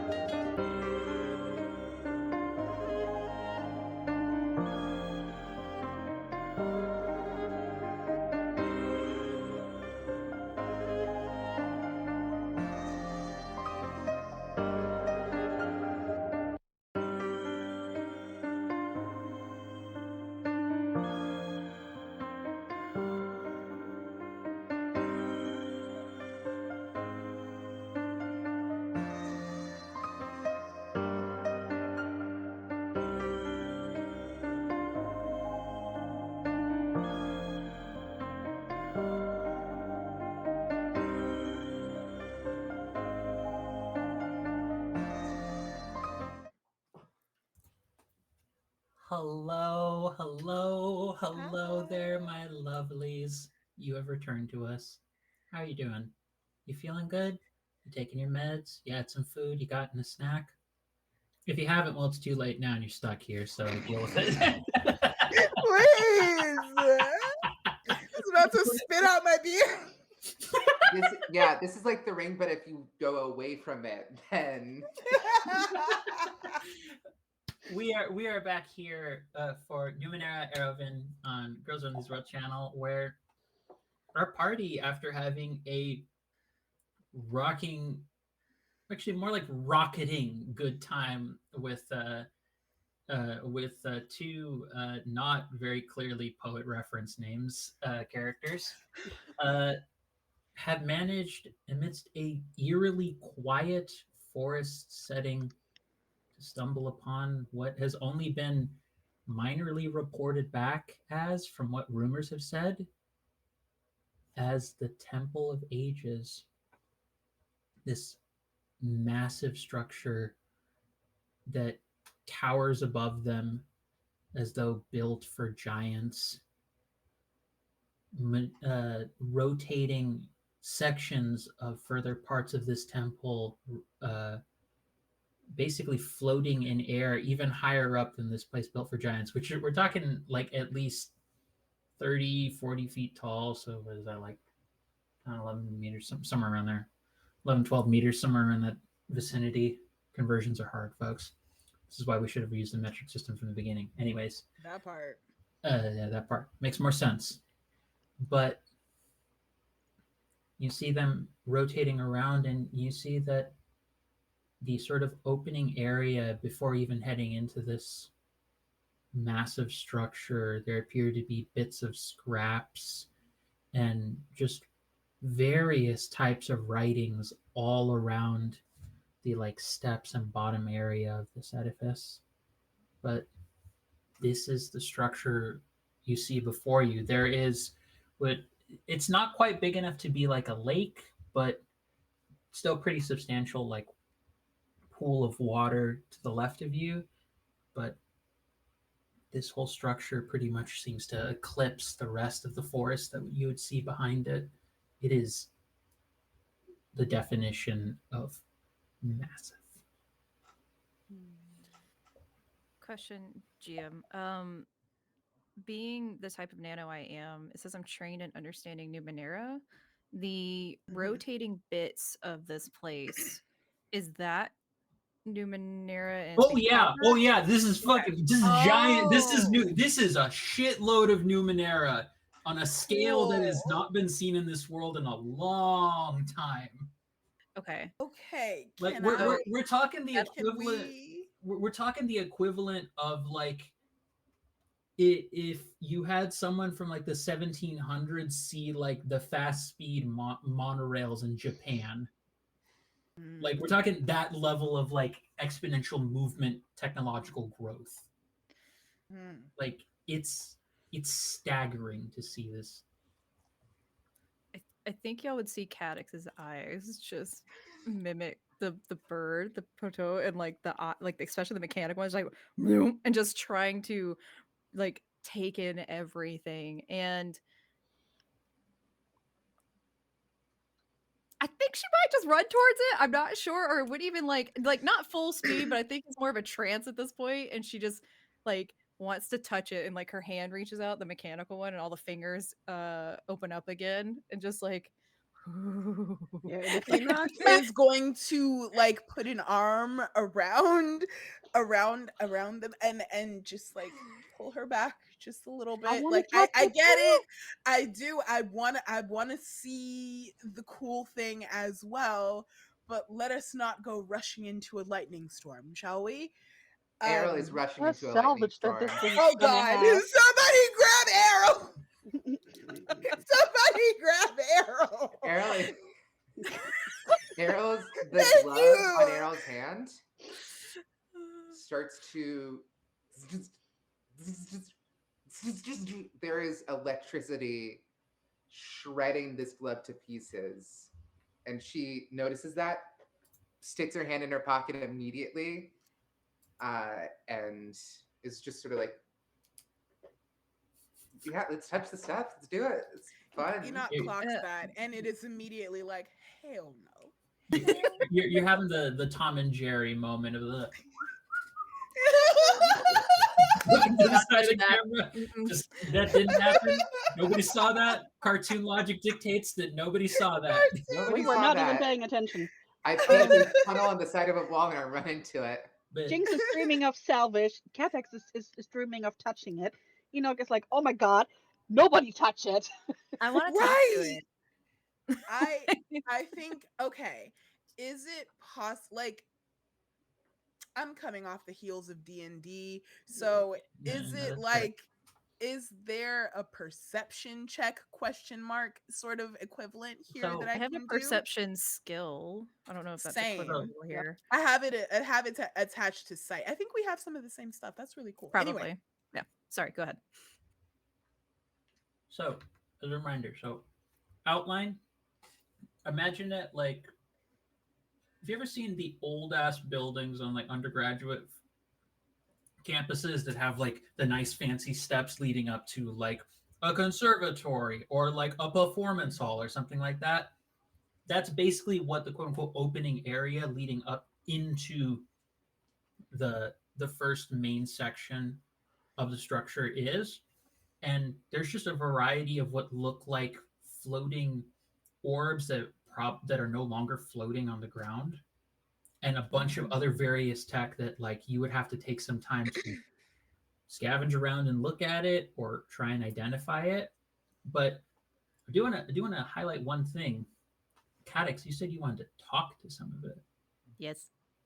Now, again, mechanically, I need to figure out how this exactly works in this. Yeah. I know. Now, with talks with machines, I have you are trained in tasks involving electrical machines, enabler. Now, all I see is listed distant activation, but is there anything that I can just glean from the skills I have about like the form or function of this Numenera?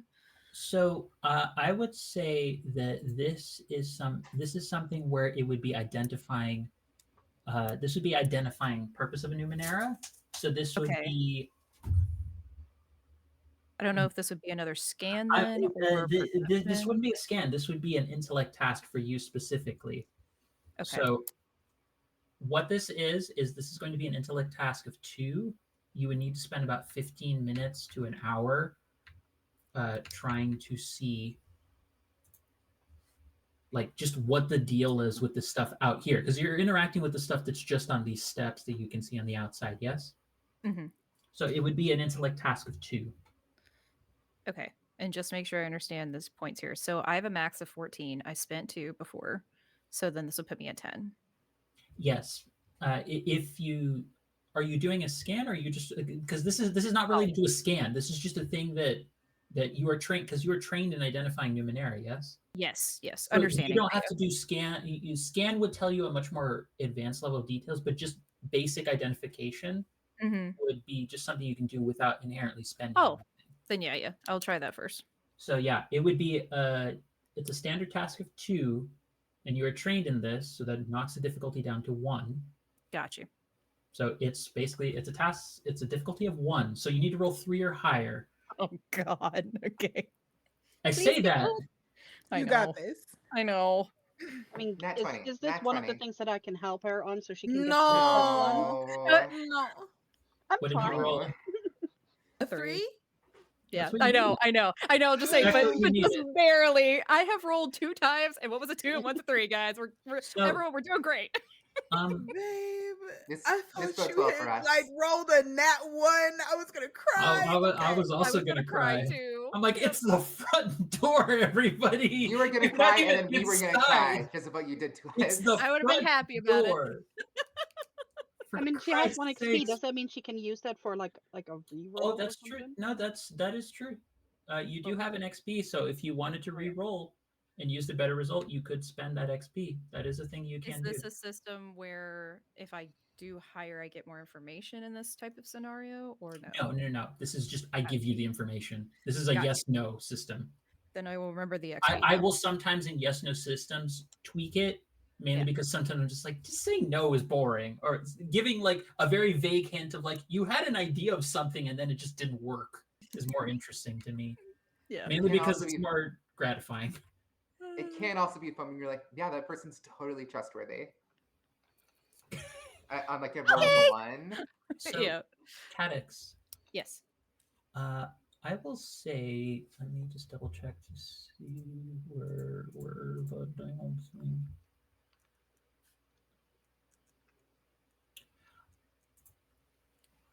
This item is this particular thing that you're looking at. Mhm. I'm probably gonna make up the difficulty for the cipher because it is essentially actually who had the density module or whatever it was, the thing that creates the sphere. What level did I give you for that? I don't think you rolled for that. Okay, then I will roll for that right now. But because I'm going to tell you some of the specifics for this.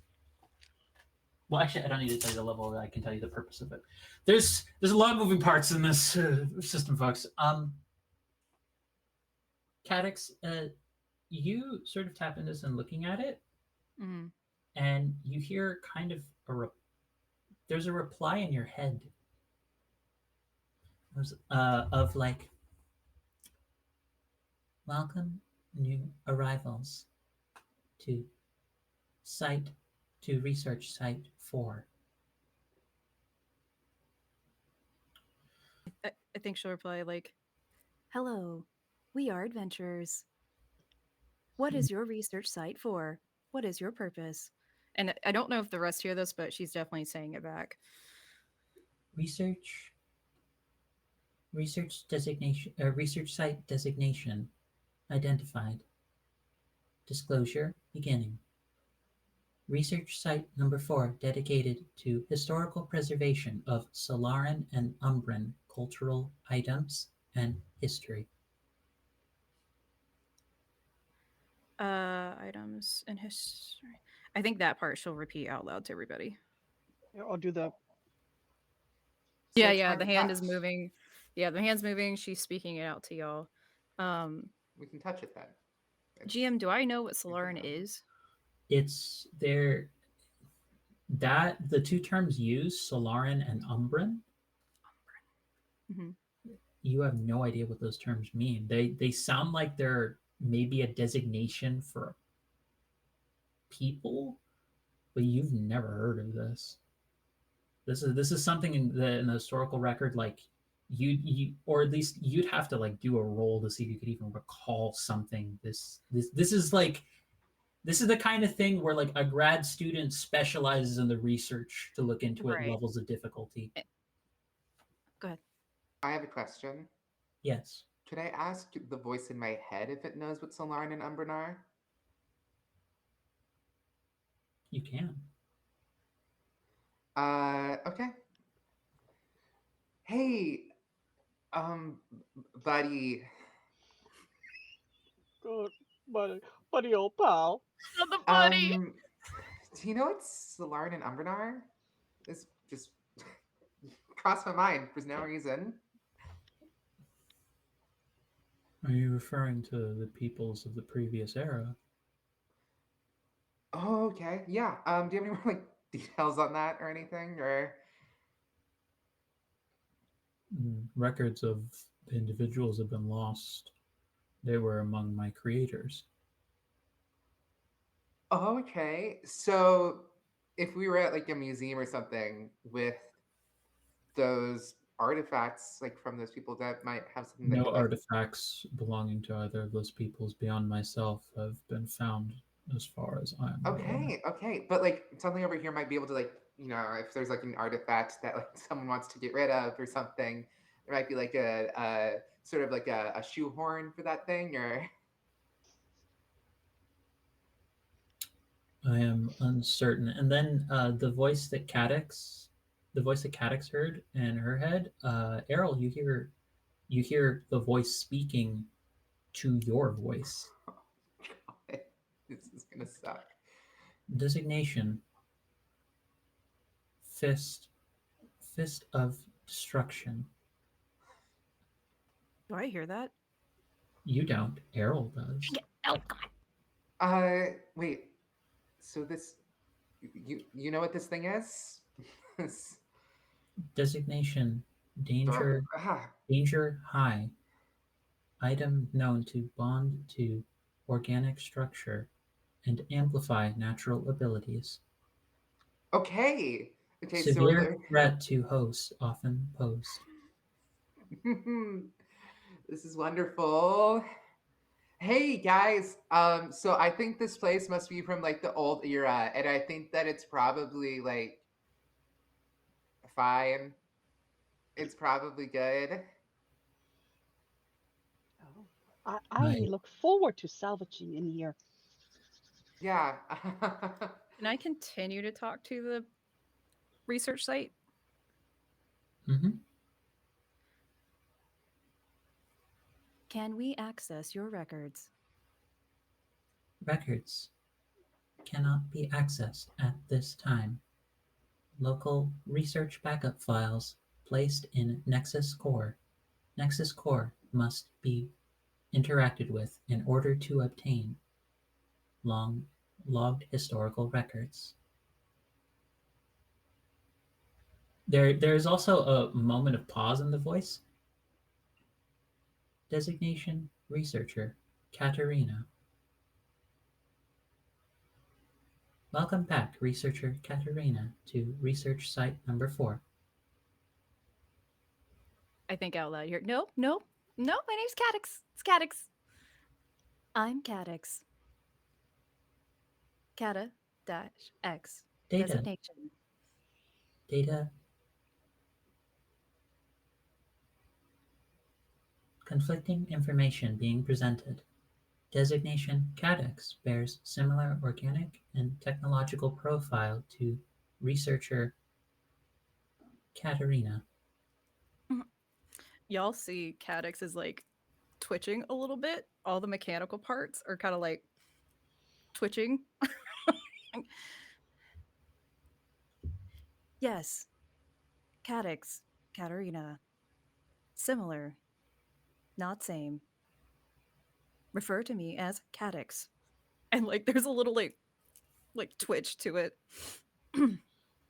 By the way, while this is happening, Jinx, are you interested in scavenging things by any chance? Absolutely. She is like chomping at the bit, let's be honest. This I will say, this is an intellect task. I'm going to say it if you're trying to get a cipher, this will be in the range of 15 minutes to an hour. And I'm going to put that one at difficulty 3. If you're looking for an artifact, that'll be difficulty 4. And it'll take you 10 minutes to an hour, and you'll get one artifact. Okay. But this will take a bit. Yeah. Oh, and I did say out loud about the Nexus thing. Like we can't access records and the was it Nexus? I'm so sorry. Yes, Nexus Core. NEX Nexus Core. US Core. Gotcha. So, So did say that to everybody. Yeah. So how does my being specialized in salvaging?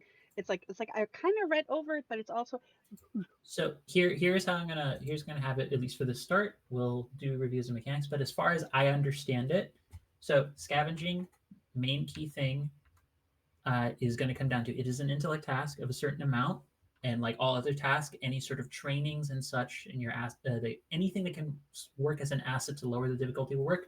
You're not just trained; you're specialized in doing this, correct? Yep. So that will lower your difficulty 2 steps.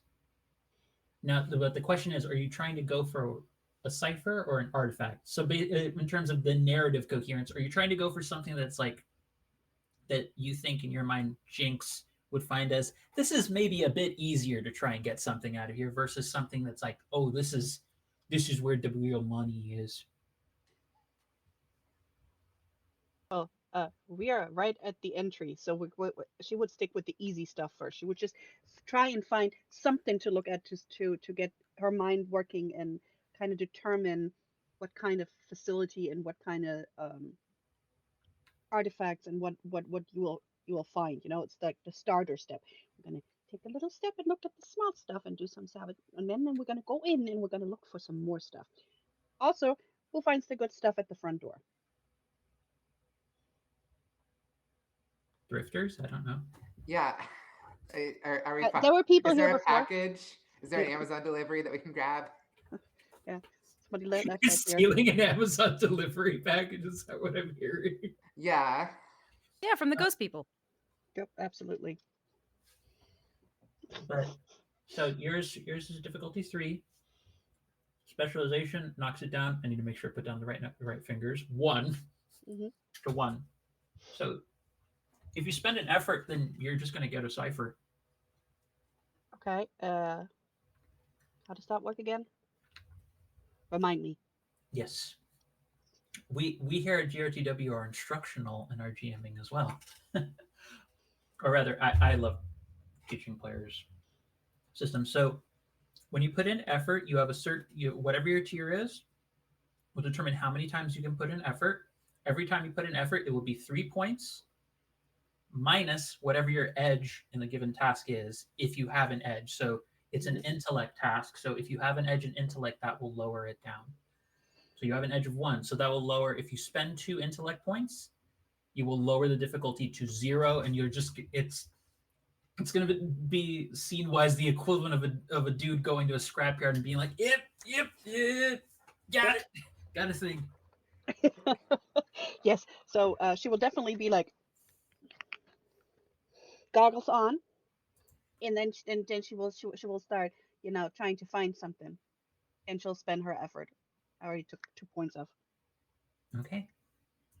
So with that being the case, She'll probably bring out that magnifying glass on the side that this one doesn't have, but like,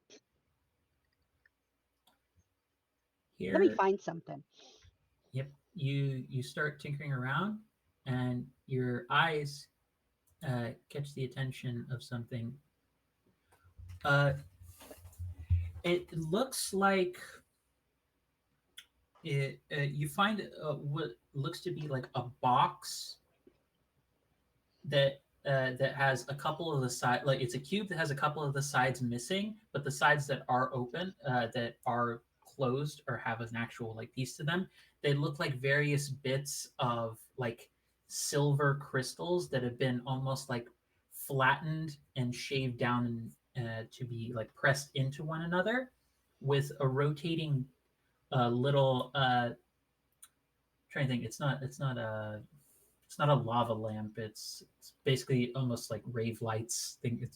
My mind went to that sort of thing, where it looks as though there is a thin, almost like paper sheen that's been put over one side, and you take a look at it, and when you touch the back part of it, it seems to project an image forward. You have obtained a level 4 image projector.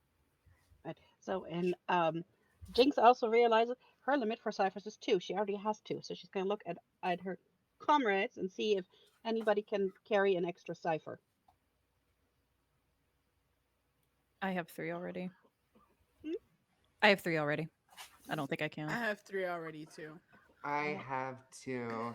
That's my limit. Yep. Unless I want to use what am I right now? Ooh, that's a good question, actually. What do I got?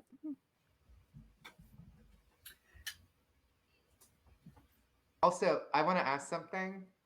Go right ahead. Has everyone been distracted enough for Errol to touch one of the orbs or something? Honestly, Jinx is not paying no attention to you. I think Enoch has like wandered off, like has let Cadix go, is no longer worried about Errol. I think Enoch has wandered deeper into the space to sort of look around. So you're free and clear as far as he's concerned. Okay, Yeah, so Cadix has no idea where you are. I will get to Enoch in a second. Errol, you touch the orb. Cadix, in your head, you hear initiating orb defense protocol. Oh no. Okay, no. I have ability to disrupt things. Can I? Oh God, what is it called?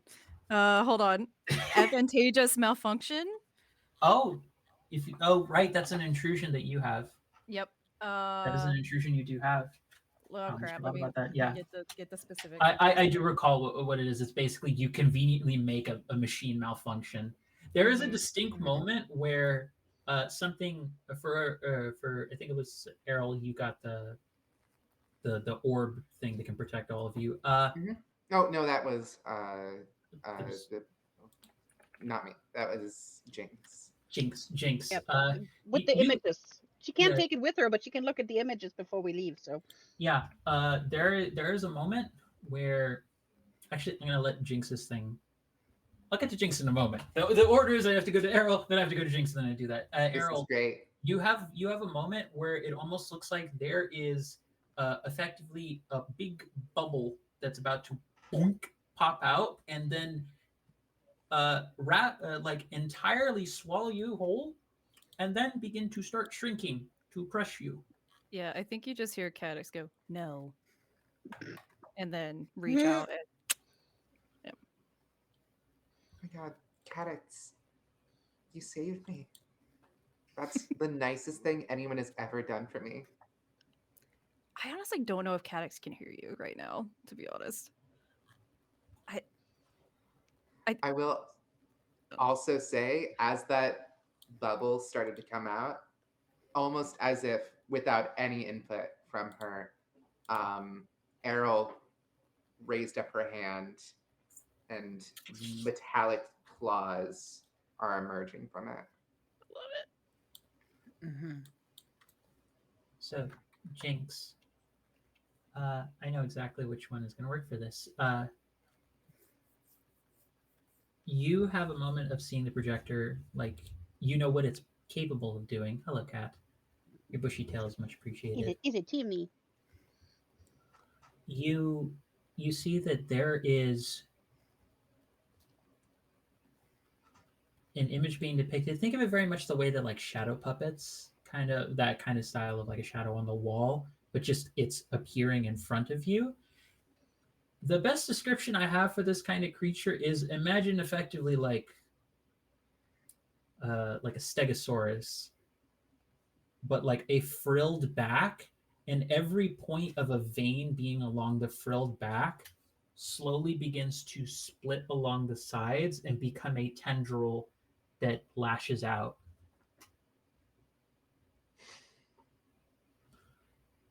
And as you're looking at that image, you look ahead of you, beyond a long range, but not far from getting a long range, a real version of that creature approaching She's just from like, the forest. oh shit.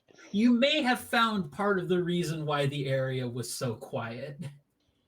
Is there any way I could ask the computer to just be like, nah, or save us? In much more frilly terms. Yeah, I would say this is a matter of using a cipher in this instance, which Gotcha. this is. I'm going to put this at difficulty. Yeah, that seems right. This is a difficulty of 4. This is an intellect task difficulty 4. I'm going to get to Enoch in a second because Enoch also gets fun at this moment as well. Oh God. I love how I can genuinely mean you're going to have fun, but everyone's like, no. I was like, oh no. You've had one session with me. It can't be that bad yet. So, Cadix, so it is intellect task difficulty 4. Mm-hmm. Okay. Does edge matter in this moment? So edge always applies. Yes. It So always I do reduces putting. So that will always reduce you doing for intellect tasks because you're nano. So what would normally cost you 3 would cost you 2 to put in a level of effort. So if you put in a level of effort, you'll spend only 2 points because of your edge, and that'll drop it down to a difficulty 3.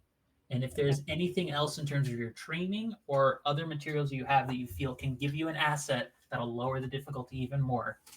Part of me thinks you should try and figure out one more given your rolls today. Yep. No. 3's good. I mean, sure, for a difficulty 1. This is gonna be great. Sure. Whatever. Given that you mostly that you do have interacts with machines, do you have anything in either skills or in either Yeah, that's what I'm skills or your looking at. trainings that are related to, I because have, using it is different than identifying it. yeah, I know, and I have perception to see what others miss. I don't know if there's anything like, because essentially, let me put it this way: battle plan. I was thinking if something's coming after us, we can either go into the ruins, and I have a way to get us through solid walls. So I was just gonna see if there is something to help us out where I could get us to safety, if nothing else. So there is a fallback if you botch this roll. Pretty much, yeah. So I was gonna see perception. Is there a way I could kind of like see where we could go, or if not, I have a cipher to help us out. So I will say there's nothing within that that specifically helps you for the task gotcha. of trying to activate the cipher. So this will be a difficulty 3. So I need to roll above a 6. Above a No, 9. difficulty 3 is 9 or above. Sorry, 9 or above. Okay. I can do this. You got We got this. this, Di. You Di, got you got got it. this. You And I got it. love you. And it's gonna be great. We're gonna roll great. Oh no! Oh, Do you want to guess? Do you even want to no! guess what I rolled? Is it 2. Is three? it in that one? Oh, I no, knew no, you it! gotta use your I XP. knew it! I've literally done a Do 1, you a 2, want to and a use 3. XP? You can use the I 1 used XP. it. For you used it already for a Yeah, reroll? to save. No, I thought I had to No, use the you XP chose to not Oh save. no! For the convenient intrusion, you did. Yeah, I did. It cost me an XP to use advantageous no. malfunction. Mm-mm. There was Sorry. nothing that I could help No, her you're with, good. Don't right? apologize. Yeah. Because that would have given her a +1. It wouldn't. I don't think it would have been enough. Because what did you Yeah. roll, Torin? What did you roll? I feel like Oh, you rolled a 1. Yeah. No, so Nat this is 1, automatic yeah, so GM there's- intrusion. Oh, Also replacing this dice after this game. burn That it. dice is going to Instead of jail. Dice fire, jail. burn it. Dice jail. It's Throw going it dice into- jail now. So here is what's going to happen. This is with the GM intrusion. No one gets XP because it's a 1. This just happens. Sorry. No apologies. Warning. But organic entities enclosing Entities? on research site. Yes, entities. I will yell that out immediately. You know that water mass that I was mentioning earlier? Mhm. Yeah. There's a serpentine-like creature emerging out of that, entirely made out of water. Girl. Are those creatures anywhere near each other? Not yet. They're both still coming this way. I want to note for the record, I specify that they're beyond long range because they're not at you yet. Just I wanted the lead up of Jinx like, oh, that's terrifying as shit.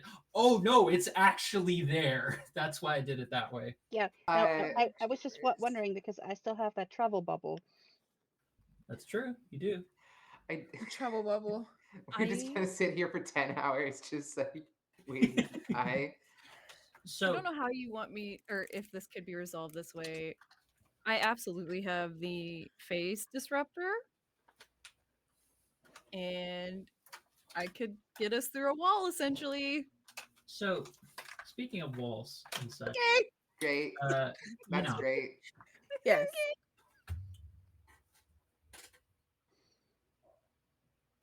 I'm going to offer you a GM intrusion as you've walked in, and another GM intrusion as you've walked in. You see ahead of you there appear to be 3 like this place is just fucking enormous. There's so many different directions you could go in here, but they mainly pull. It feels like because of the size, there's a lot of space and a lot of ways you need to go, but it boils down to essentially 3 potential paths that you could go down in this place. You do see faintly from the distance the center path ahead of you. It almost looks like there's bits of light. On the right path, you see there's various statues of individuals that have motifs that in our world would be equivalent of like moon, shadow, darkness, and also motifs of light, sunlight, brightness down one path, and then the other path. No, wait, yeah. That was a mural path, and then the left path, you just see statues that seemingly are like lined in rows heading towards that hallway. But the GM Mhm. intrusion I'm gonna offer to you right now is this. As you're walking into this place and you're starting to hear the sounds of something far off in the distance, back the way you were, Mhm. your foot passes over a panel on the floor. Mm. And the panel to its left, to be clear, not one you've stepped on, but the panel to the left just drops out and disappears. Oh, jeepers. Does Enoch choose to investigate or not? Yeah, I would have to. I would have to investigate. Enoch is nosy more than anything. So you will get an XP, and you can feel free to give an XP to someone else for this intrusion, because you could have chosen to ignore it. So Okay, I get an XP you have and I one. get to give an XP to someone Yes. else. Okay. Is it gonna I'm be gonna Cadix? Is like Cadix wouldn't let us down. Cadix knows machines. I'm actually going to give it to Errol. Oh, Yeah, I'm gonna give the extra XP to Errol. okay. I think I might need it in a second. You too? Okay, sorry. Cause girl. Okay, sorry. Anyways. We in trouble. Mm-hmm. So what do you notice when you look at the panel? There is an entire cavernous structure deep below. There looks as though there is a pool of tranquil water glowing a deep blue and purple. Oh my god. And I have to ask, how does Enoch look into this? Does he like just is he looking? Is he like putting his hand through? Is he like stepping his foot through to see if like he reaches anything? Enoch is going to like squat down, and you guys, I don't know, you probably wouldn't see this because y'all are pretty far, but Enoch's eyes go completely like white and gold as he like peers into this hole because, shard of the sun, etc. um and I think he's like sort of like trying to like understand this new information with as many senses as possible. So he's trying to smell it, he's trying to hear it, he's trying to see it. He wants to see if there's a taste, like he wants to see all of it. He's very nosy. That's his whole thing. Does he reach out to touch through the panel? Does he touch? Slowly. Okay. But yeah. As your hand passes through a certain point in the panel, it becomes extremely disorienting. It almost looks like your hand, as though. So, I have to stand up and say this loudly. So, if you were to imagine yourself just basic plane, horizontal axis, standing, Mm. it almost looks like if you were looking downwards and your hand is coming towards you when you reach your hand down through the panel. Oh, jeepers.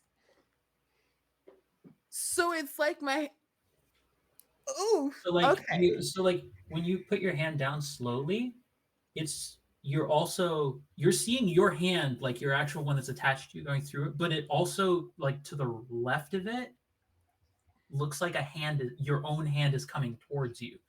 Like like almost like you're reaching for the ceiling if you were in that room. Yeah. No, that's wild. Okay. Like, I cannot be the only person looking at this. Y'all are fucking around with buttons and stuff. Please come in here and look at this magic trick. This is so wild. Okay. I pull my hand out.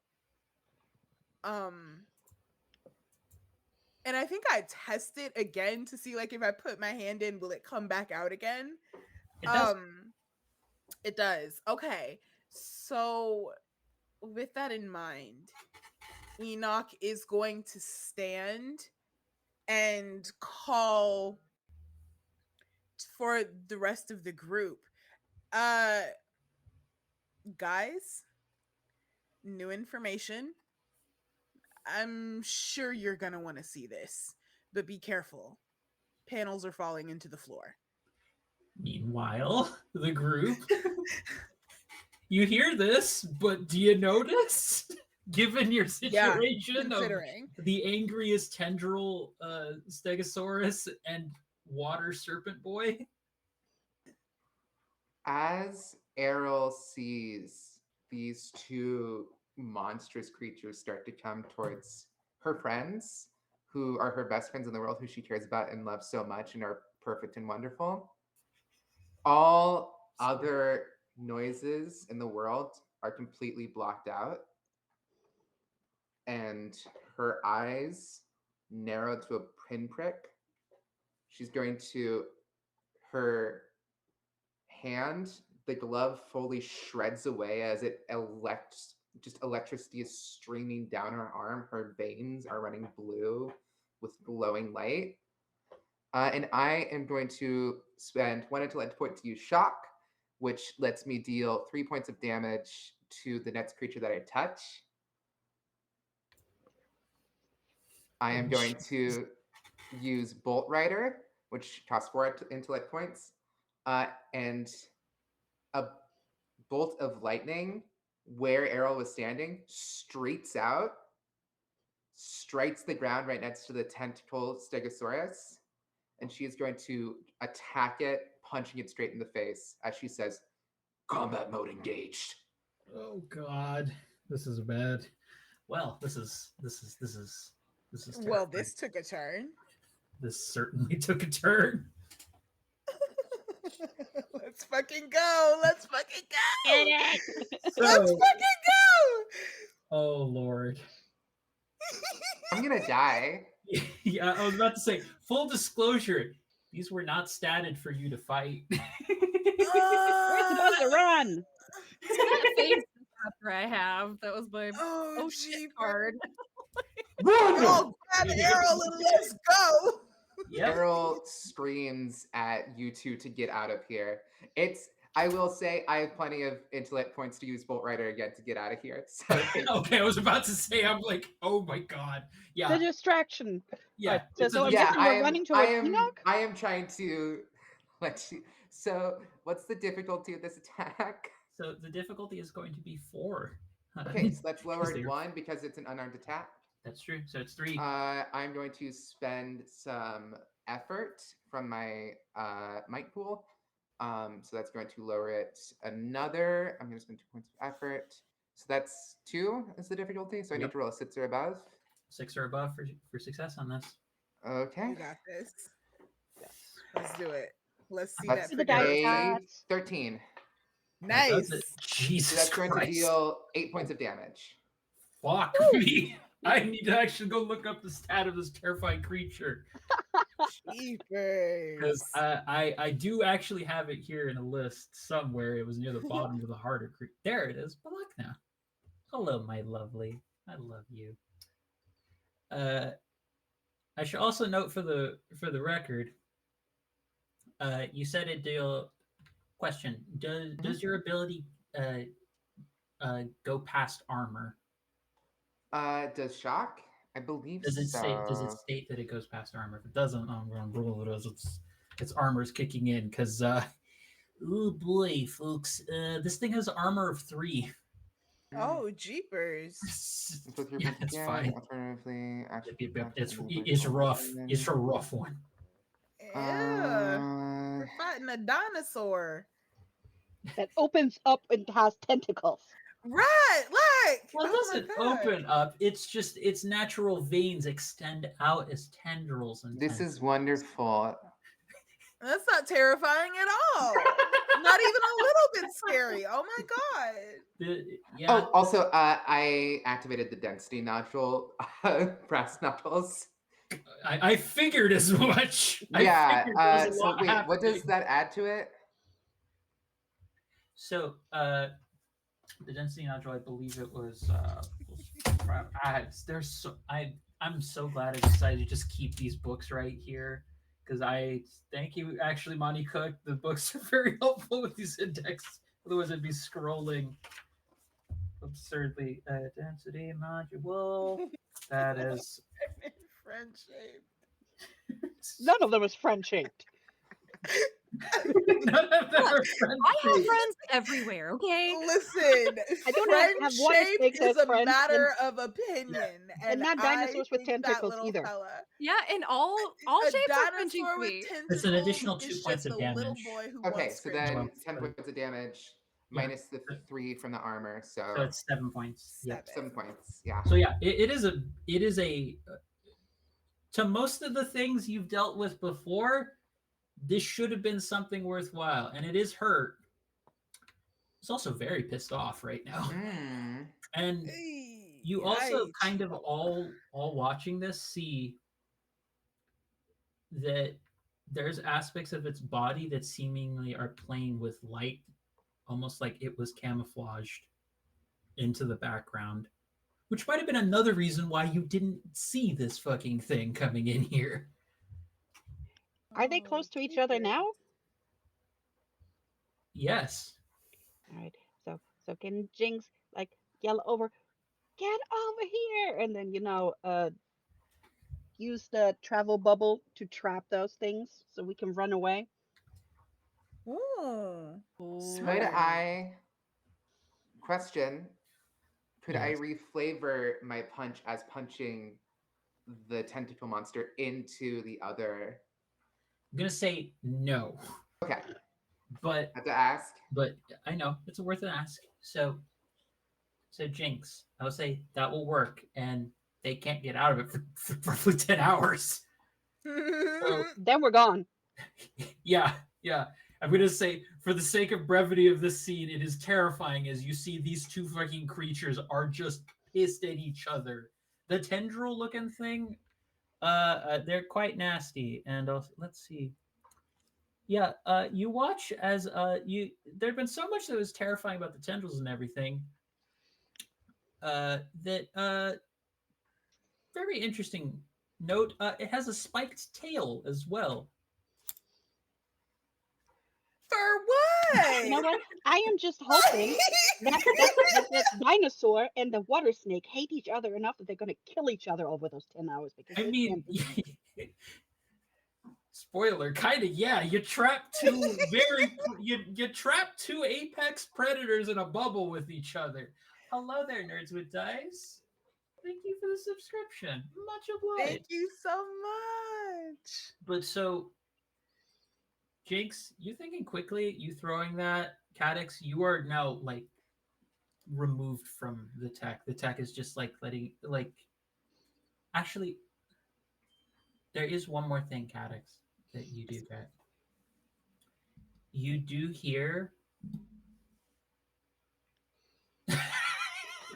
Damn it, sorry, chat got me. Oh, I have no. to read this comment. The bubble pops in 10 hours and then start up. They're truly evil. And evil That's beyond definitely all evil. hydroponics. Yes, it has And to be venture capitalism. hydroponics. Hey, yo. No, Love I'm it. putting that as a rule in all worlds I create. No venture capitalism. Damn it. I will allow We're not that piracy. evil. Period. I will allow complete Period. extinction of several biomes. I will not allow venture capitalism to exist in my worlds. You can At clip me all. and quote me on that. Venture capitalism is not allowed in my world building. Period. I love it. Those Say are- it louder those for are the swivels babies and in the X. back. So here's the thing. I will say, Cadix, the last little bit is like, especially when you're having the emphatic, well, maybe not Cadix, but Catherine is having the reaction of like, no, don't. Nope. No, my name's Cadix. Cadix. Just the slight twitching of Yeah, the eye. the mechanical eye is just like it's just it's malfunctioning a little bit. Yeah. You do hear an additional voice say, "Find me, and I will give you answers. I will be waiting in the core." And like they repeat it as one last refrain. You hear the phrase "Find me," Mm. but now you're not hearing one voice. I'm gonna try and replicate roughly what you hear in the phrase "Find me." You hear the following: find me, find me, find me, find me, find me, find me, find me, find me, find me, find me, find me, find me, No. I think she's not writing That's holy anymore, shit.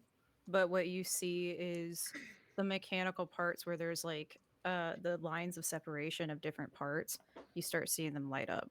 So she's recording that digitally and also recording it as like sound files, not as just words. if if a human voice could sound like it has a delay pedal that's been put on it, that's basically what you're hearing. Is so that it sounds like it's like 12 different voices happening all at once, but they're all like if we had a metronome going right now and just doing a count on 4, it's hitting like, and you broke it up into subdivisions of like 4 beats per each of those one, it's hitting on like the third count of each of those beats, and then sometimes switching to the 2 and the 1. I promise I won't be cruel and make it clap on the 1 and the 3. Yeah, please don't. Thank you. But That's definitely Kindest thing you could do. there's a audio recording of that, and I think Cadix would keep it to herself for the moment. Yeah. But she would say out loud, like, you said the court, right? Like a courtyard. Nexus core. Core. I'm so sorry. Nexus core. Nexus core. No, it's good. Nexus core. yeah. But she would definitely say it out loud to Jinx, and then before disconnecting, I'll find you, and then we'll disconnect and start running, booking it. Yeah. My friends, have fun! You see a very harried trio of individuals come by. A very pissed off Errol, who seems to be still. But Errol, we have new friends. Come on! And like, I don't know if I'd grab that hand because it looks scary, but also I want to touch it. But also, we just gotta go. Let me at them. I'm sure there's more to get at. Just push you. No. Calm down. Don't worry. We'll get involved in more things soon enough. Don't worry.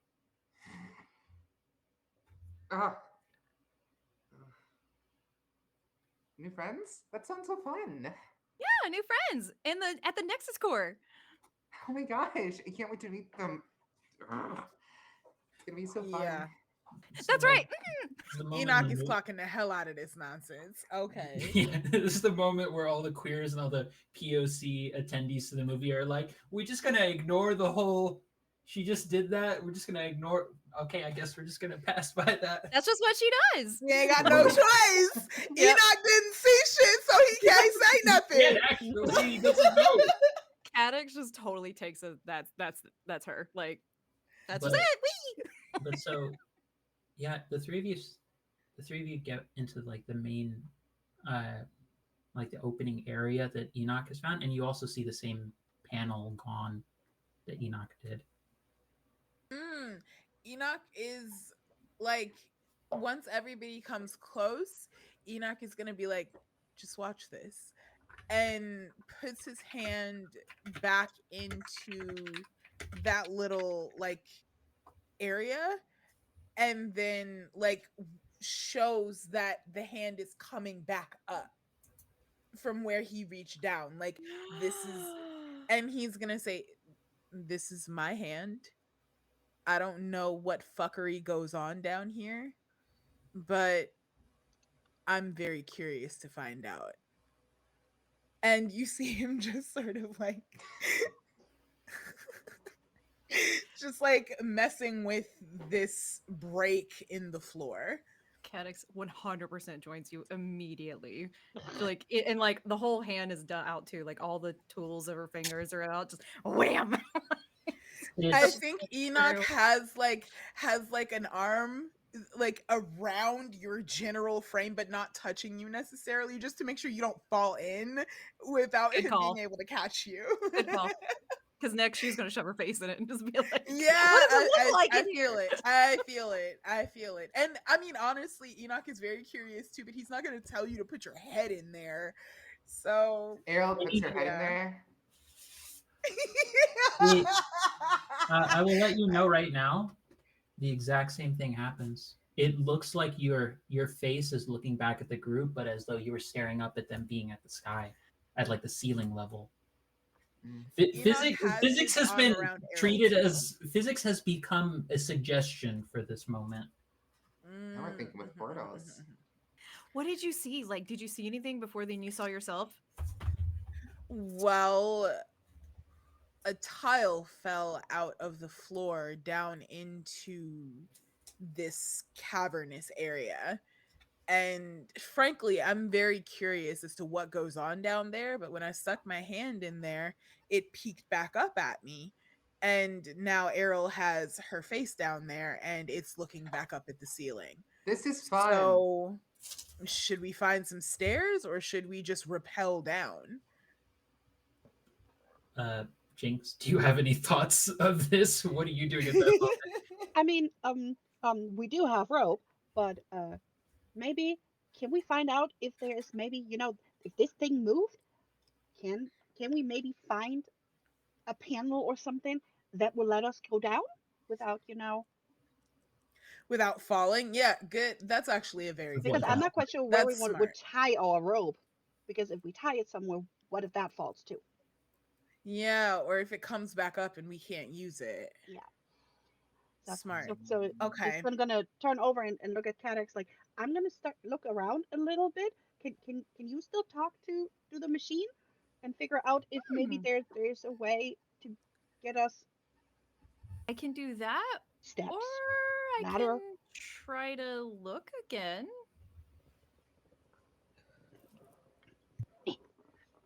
Which one do you want me to do? Because the machine. Well, let me put it this way: the research. What was it? Research Site 4, by the way, which totally want to talk to 3, 2, and 1 now. But the Same. Research Site 4 is crazy. Okay. I'll talk to As because that's just not for the record, suspicious at It's all. not Can suspicious. Not we use even a our little bit. perception to see if we can find like Absolutely correct. Research Site 4, wild. Don't listen to That's all. anything. Yeah? So she got my name wrong. I didn't like it. I know there's not an insight thing, but is there an So insight I will thing? say I will put this down to for Enoch Mhm. specifically because of your training in this. I will let you do. I'll put this to difficulty 3. Roll for what details you can find without asking of anything else. And this will, I think, be the last roll for this session because, folks, we are at the end of session 1 already. By so No! fast. that one way too Okay, fast. okay. I'll make it a Because- good one. So, Just Let's 10 get more in that minutes? 20, shall we? so no, some of us need to sleep. And I'm saying that as the person who's at 8 p.m. soon. But what I did you roll? got a 19. Oh, 19. So Mhm. there is a minor effect that I'm going to add on to this is that there's an additional amount of information. So you looking down, you just see that the cavern seems to spread out and it seems to follow along each of the hallways that you were seeing up here at ground level. It Mhm. seems to keep following certain kinds of paths there. But one of the other things that you notice, because you rolled the minor effect, is that you almost feel the sensation of just floating as your head like even just taking like popping your head back down, you feel the sense that even if you let go entirely, you would almost you feel the sensation of weightlessness and just being able to drop to there's no falling that exists. There is It's just only floating. it's almost like if you could swim through the air, that's the closest sensation you would have. Ah, that's so lovely. Yeah, I don't think I'm gonna tell anyone that because 2 of them will run head first and me and the other will have to drag them back up. So I'm not gonna tell anyone But I'm definitely going to keep that noted. You Yeah. two aren't responsible to go on this ride. They're gonna run head What first into I'm the not thing. this old to They're ride. going to go swim in the air, and I don't know what to do there. So Alrighty. So, I think in that case, what we will close out on for this session and for this moment is that Enoch, you felt that sensation of flightlessness, of weightlessness, of floating down. The possibility exists to maybe go and explore this place down below.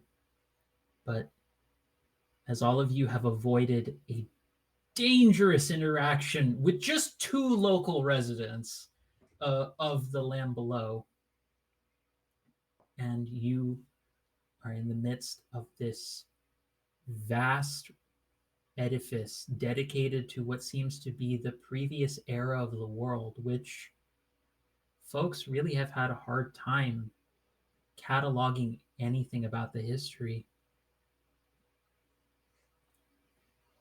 And as some of you are having maybe a memory or two that you don't want to deal with coming back up, that is where we are going to close session 1, delving into history for this series. Thank you, everybody who tuned in so far. Thank you for making this such a fantastic premiere with our amazing cast. To give it up for all of them. They're just so wonderful and so fun to play off of. Again, I'm going to do an outro for some channel updates, but I'm going to let everyone just, again, succinctly who you are and one thing you want to plug for where we can find you. Where can we see your magnificence on display? So, or within the audio realm. So, given that note, I'm going to start with Torin. Why don't you start us off? Yeah. My name is Torin. My pronouns are she, they. The best place to find me is on Twitch, actually, as Torin Talks Creativity, where I play video games, give them voices because I'm a voice actor, and then draw art to amuse ourselves. Fantastic. Next, but certainly not least, God, those goggles and those glasses are going to bring me so much happiness. Vivi, take it away. Yes, absolutely. Because very clearly, you can find me at vivacia.contact in .bio, and here every Friday with the other lovelies and the glasses. Thank you so much to the first of our newcomers, Alex. Why don't you tell us where we can find you at? Hi. I exist on the internet everywhere. You can find me at Batty Bards anywhere at Batty Bards. That's where we're at. Fantastic. And last but certainly not least, the second of our newcomers to this table, and an absolute chaos delight, Noelle. Hey, I'm Noelle. She, her pronouns. You can find me. Just go to Instagram at Noelle Eve Palmer. All of my stuff is there. You can find a link to my store, my art, my comics, my everything. Yeah, super fun time. Can confirm, fantastic artist. Can also confirm, I have come into ownership of the non-binary possum little artwork she's done. It's cute as shit, and my partner died of happiness seeing it when I got the package. So there you go. And well, there's your happiness for the Friday and the Saturday. Hello there, folks. My name is Angela Lemos Moreja. I use she, her pronouns, and I am the creative director for Girls Write These World, and also the head of safety for Girls Run These World. I'm basically in charge of just helping establish like a good environment around here where we are valuing the well-being and safety of all of our players. And I'm very blessed to get to be trusted so much by our community to keep doing these amazing things and to work with all of you to tell the amazing femme-centered stories that would not otherwise be told in a lot of other places. These are the kinds of things that it's fantastic to share a table and feel at home without really having to do too much. And it's a fantastic feeling to have. Also, I need to make a note that we are going to be rating Fae at Wild Witch RP, and that tomorrow the council is doing some Jackbox games. We are actually opening up to folks in the community Discord and such. I believe that's how we had decided and such. And you, the viewer, could potentially join us in those games to have fun with us. I believe we're starting around 10 a.m. in the morning. You can find on our Twitter and other socials and such when the actual thing is happening. But yes, please come play Jackbox with us. Please delight in the ridiculosity of us knowing way too much information about one another in a very light and delightful way. But yes, there is that. And Monday, we are going to have Blood Will Out, run by our own fantastic Mighty Cyril. And amazing thing. I feel like next Sunday we're gonna have another game that's gonna be starting. We're gonna be having some Dragon Age that's gonna be starting, and one of our cast members here may also be involved in that game. That's because she's really great and she's popular and people love them.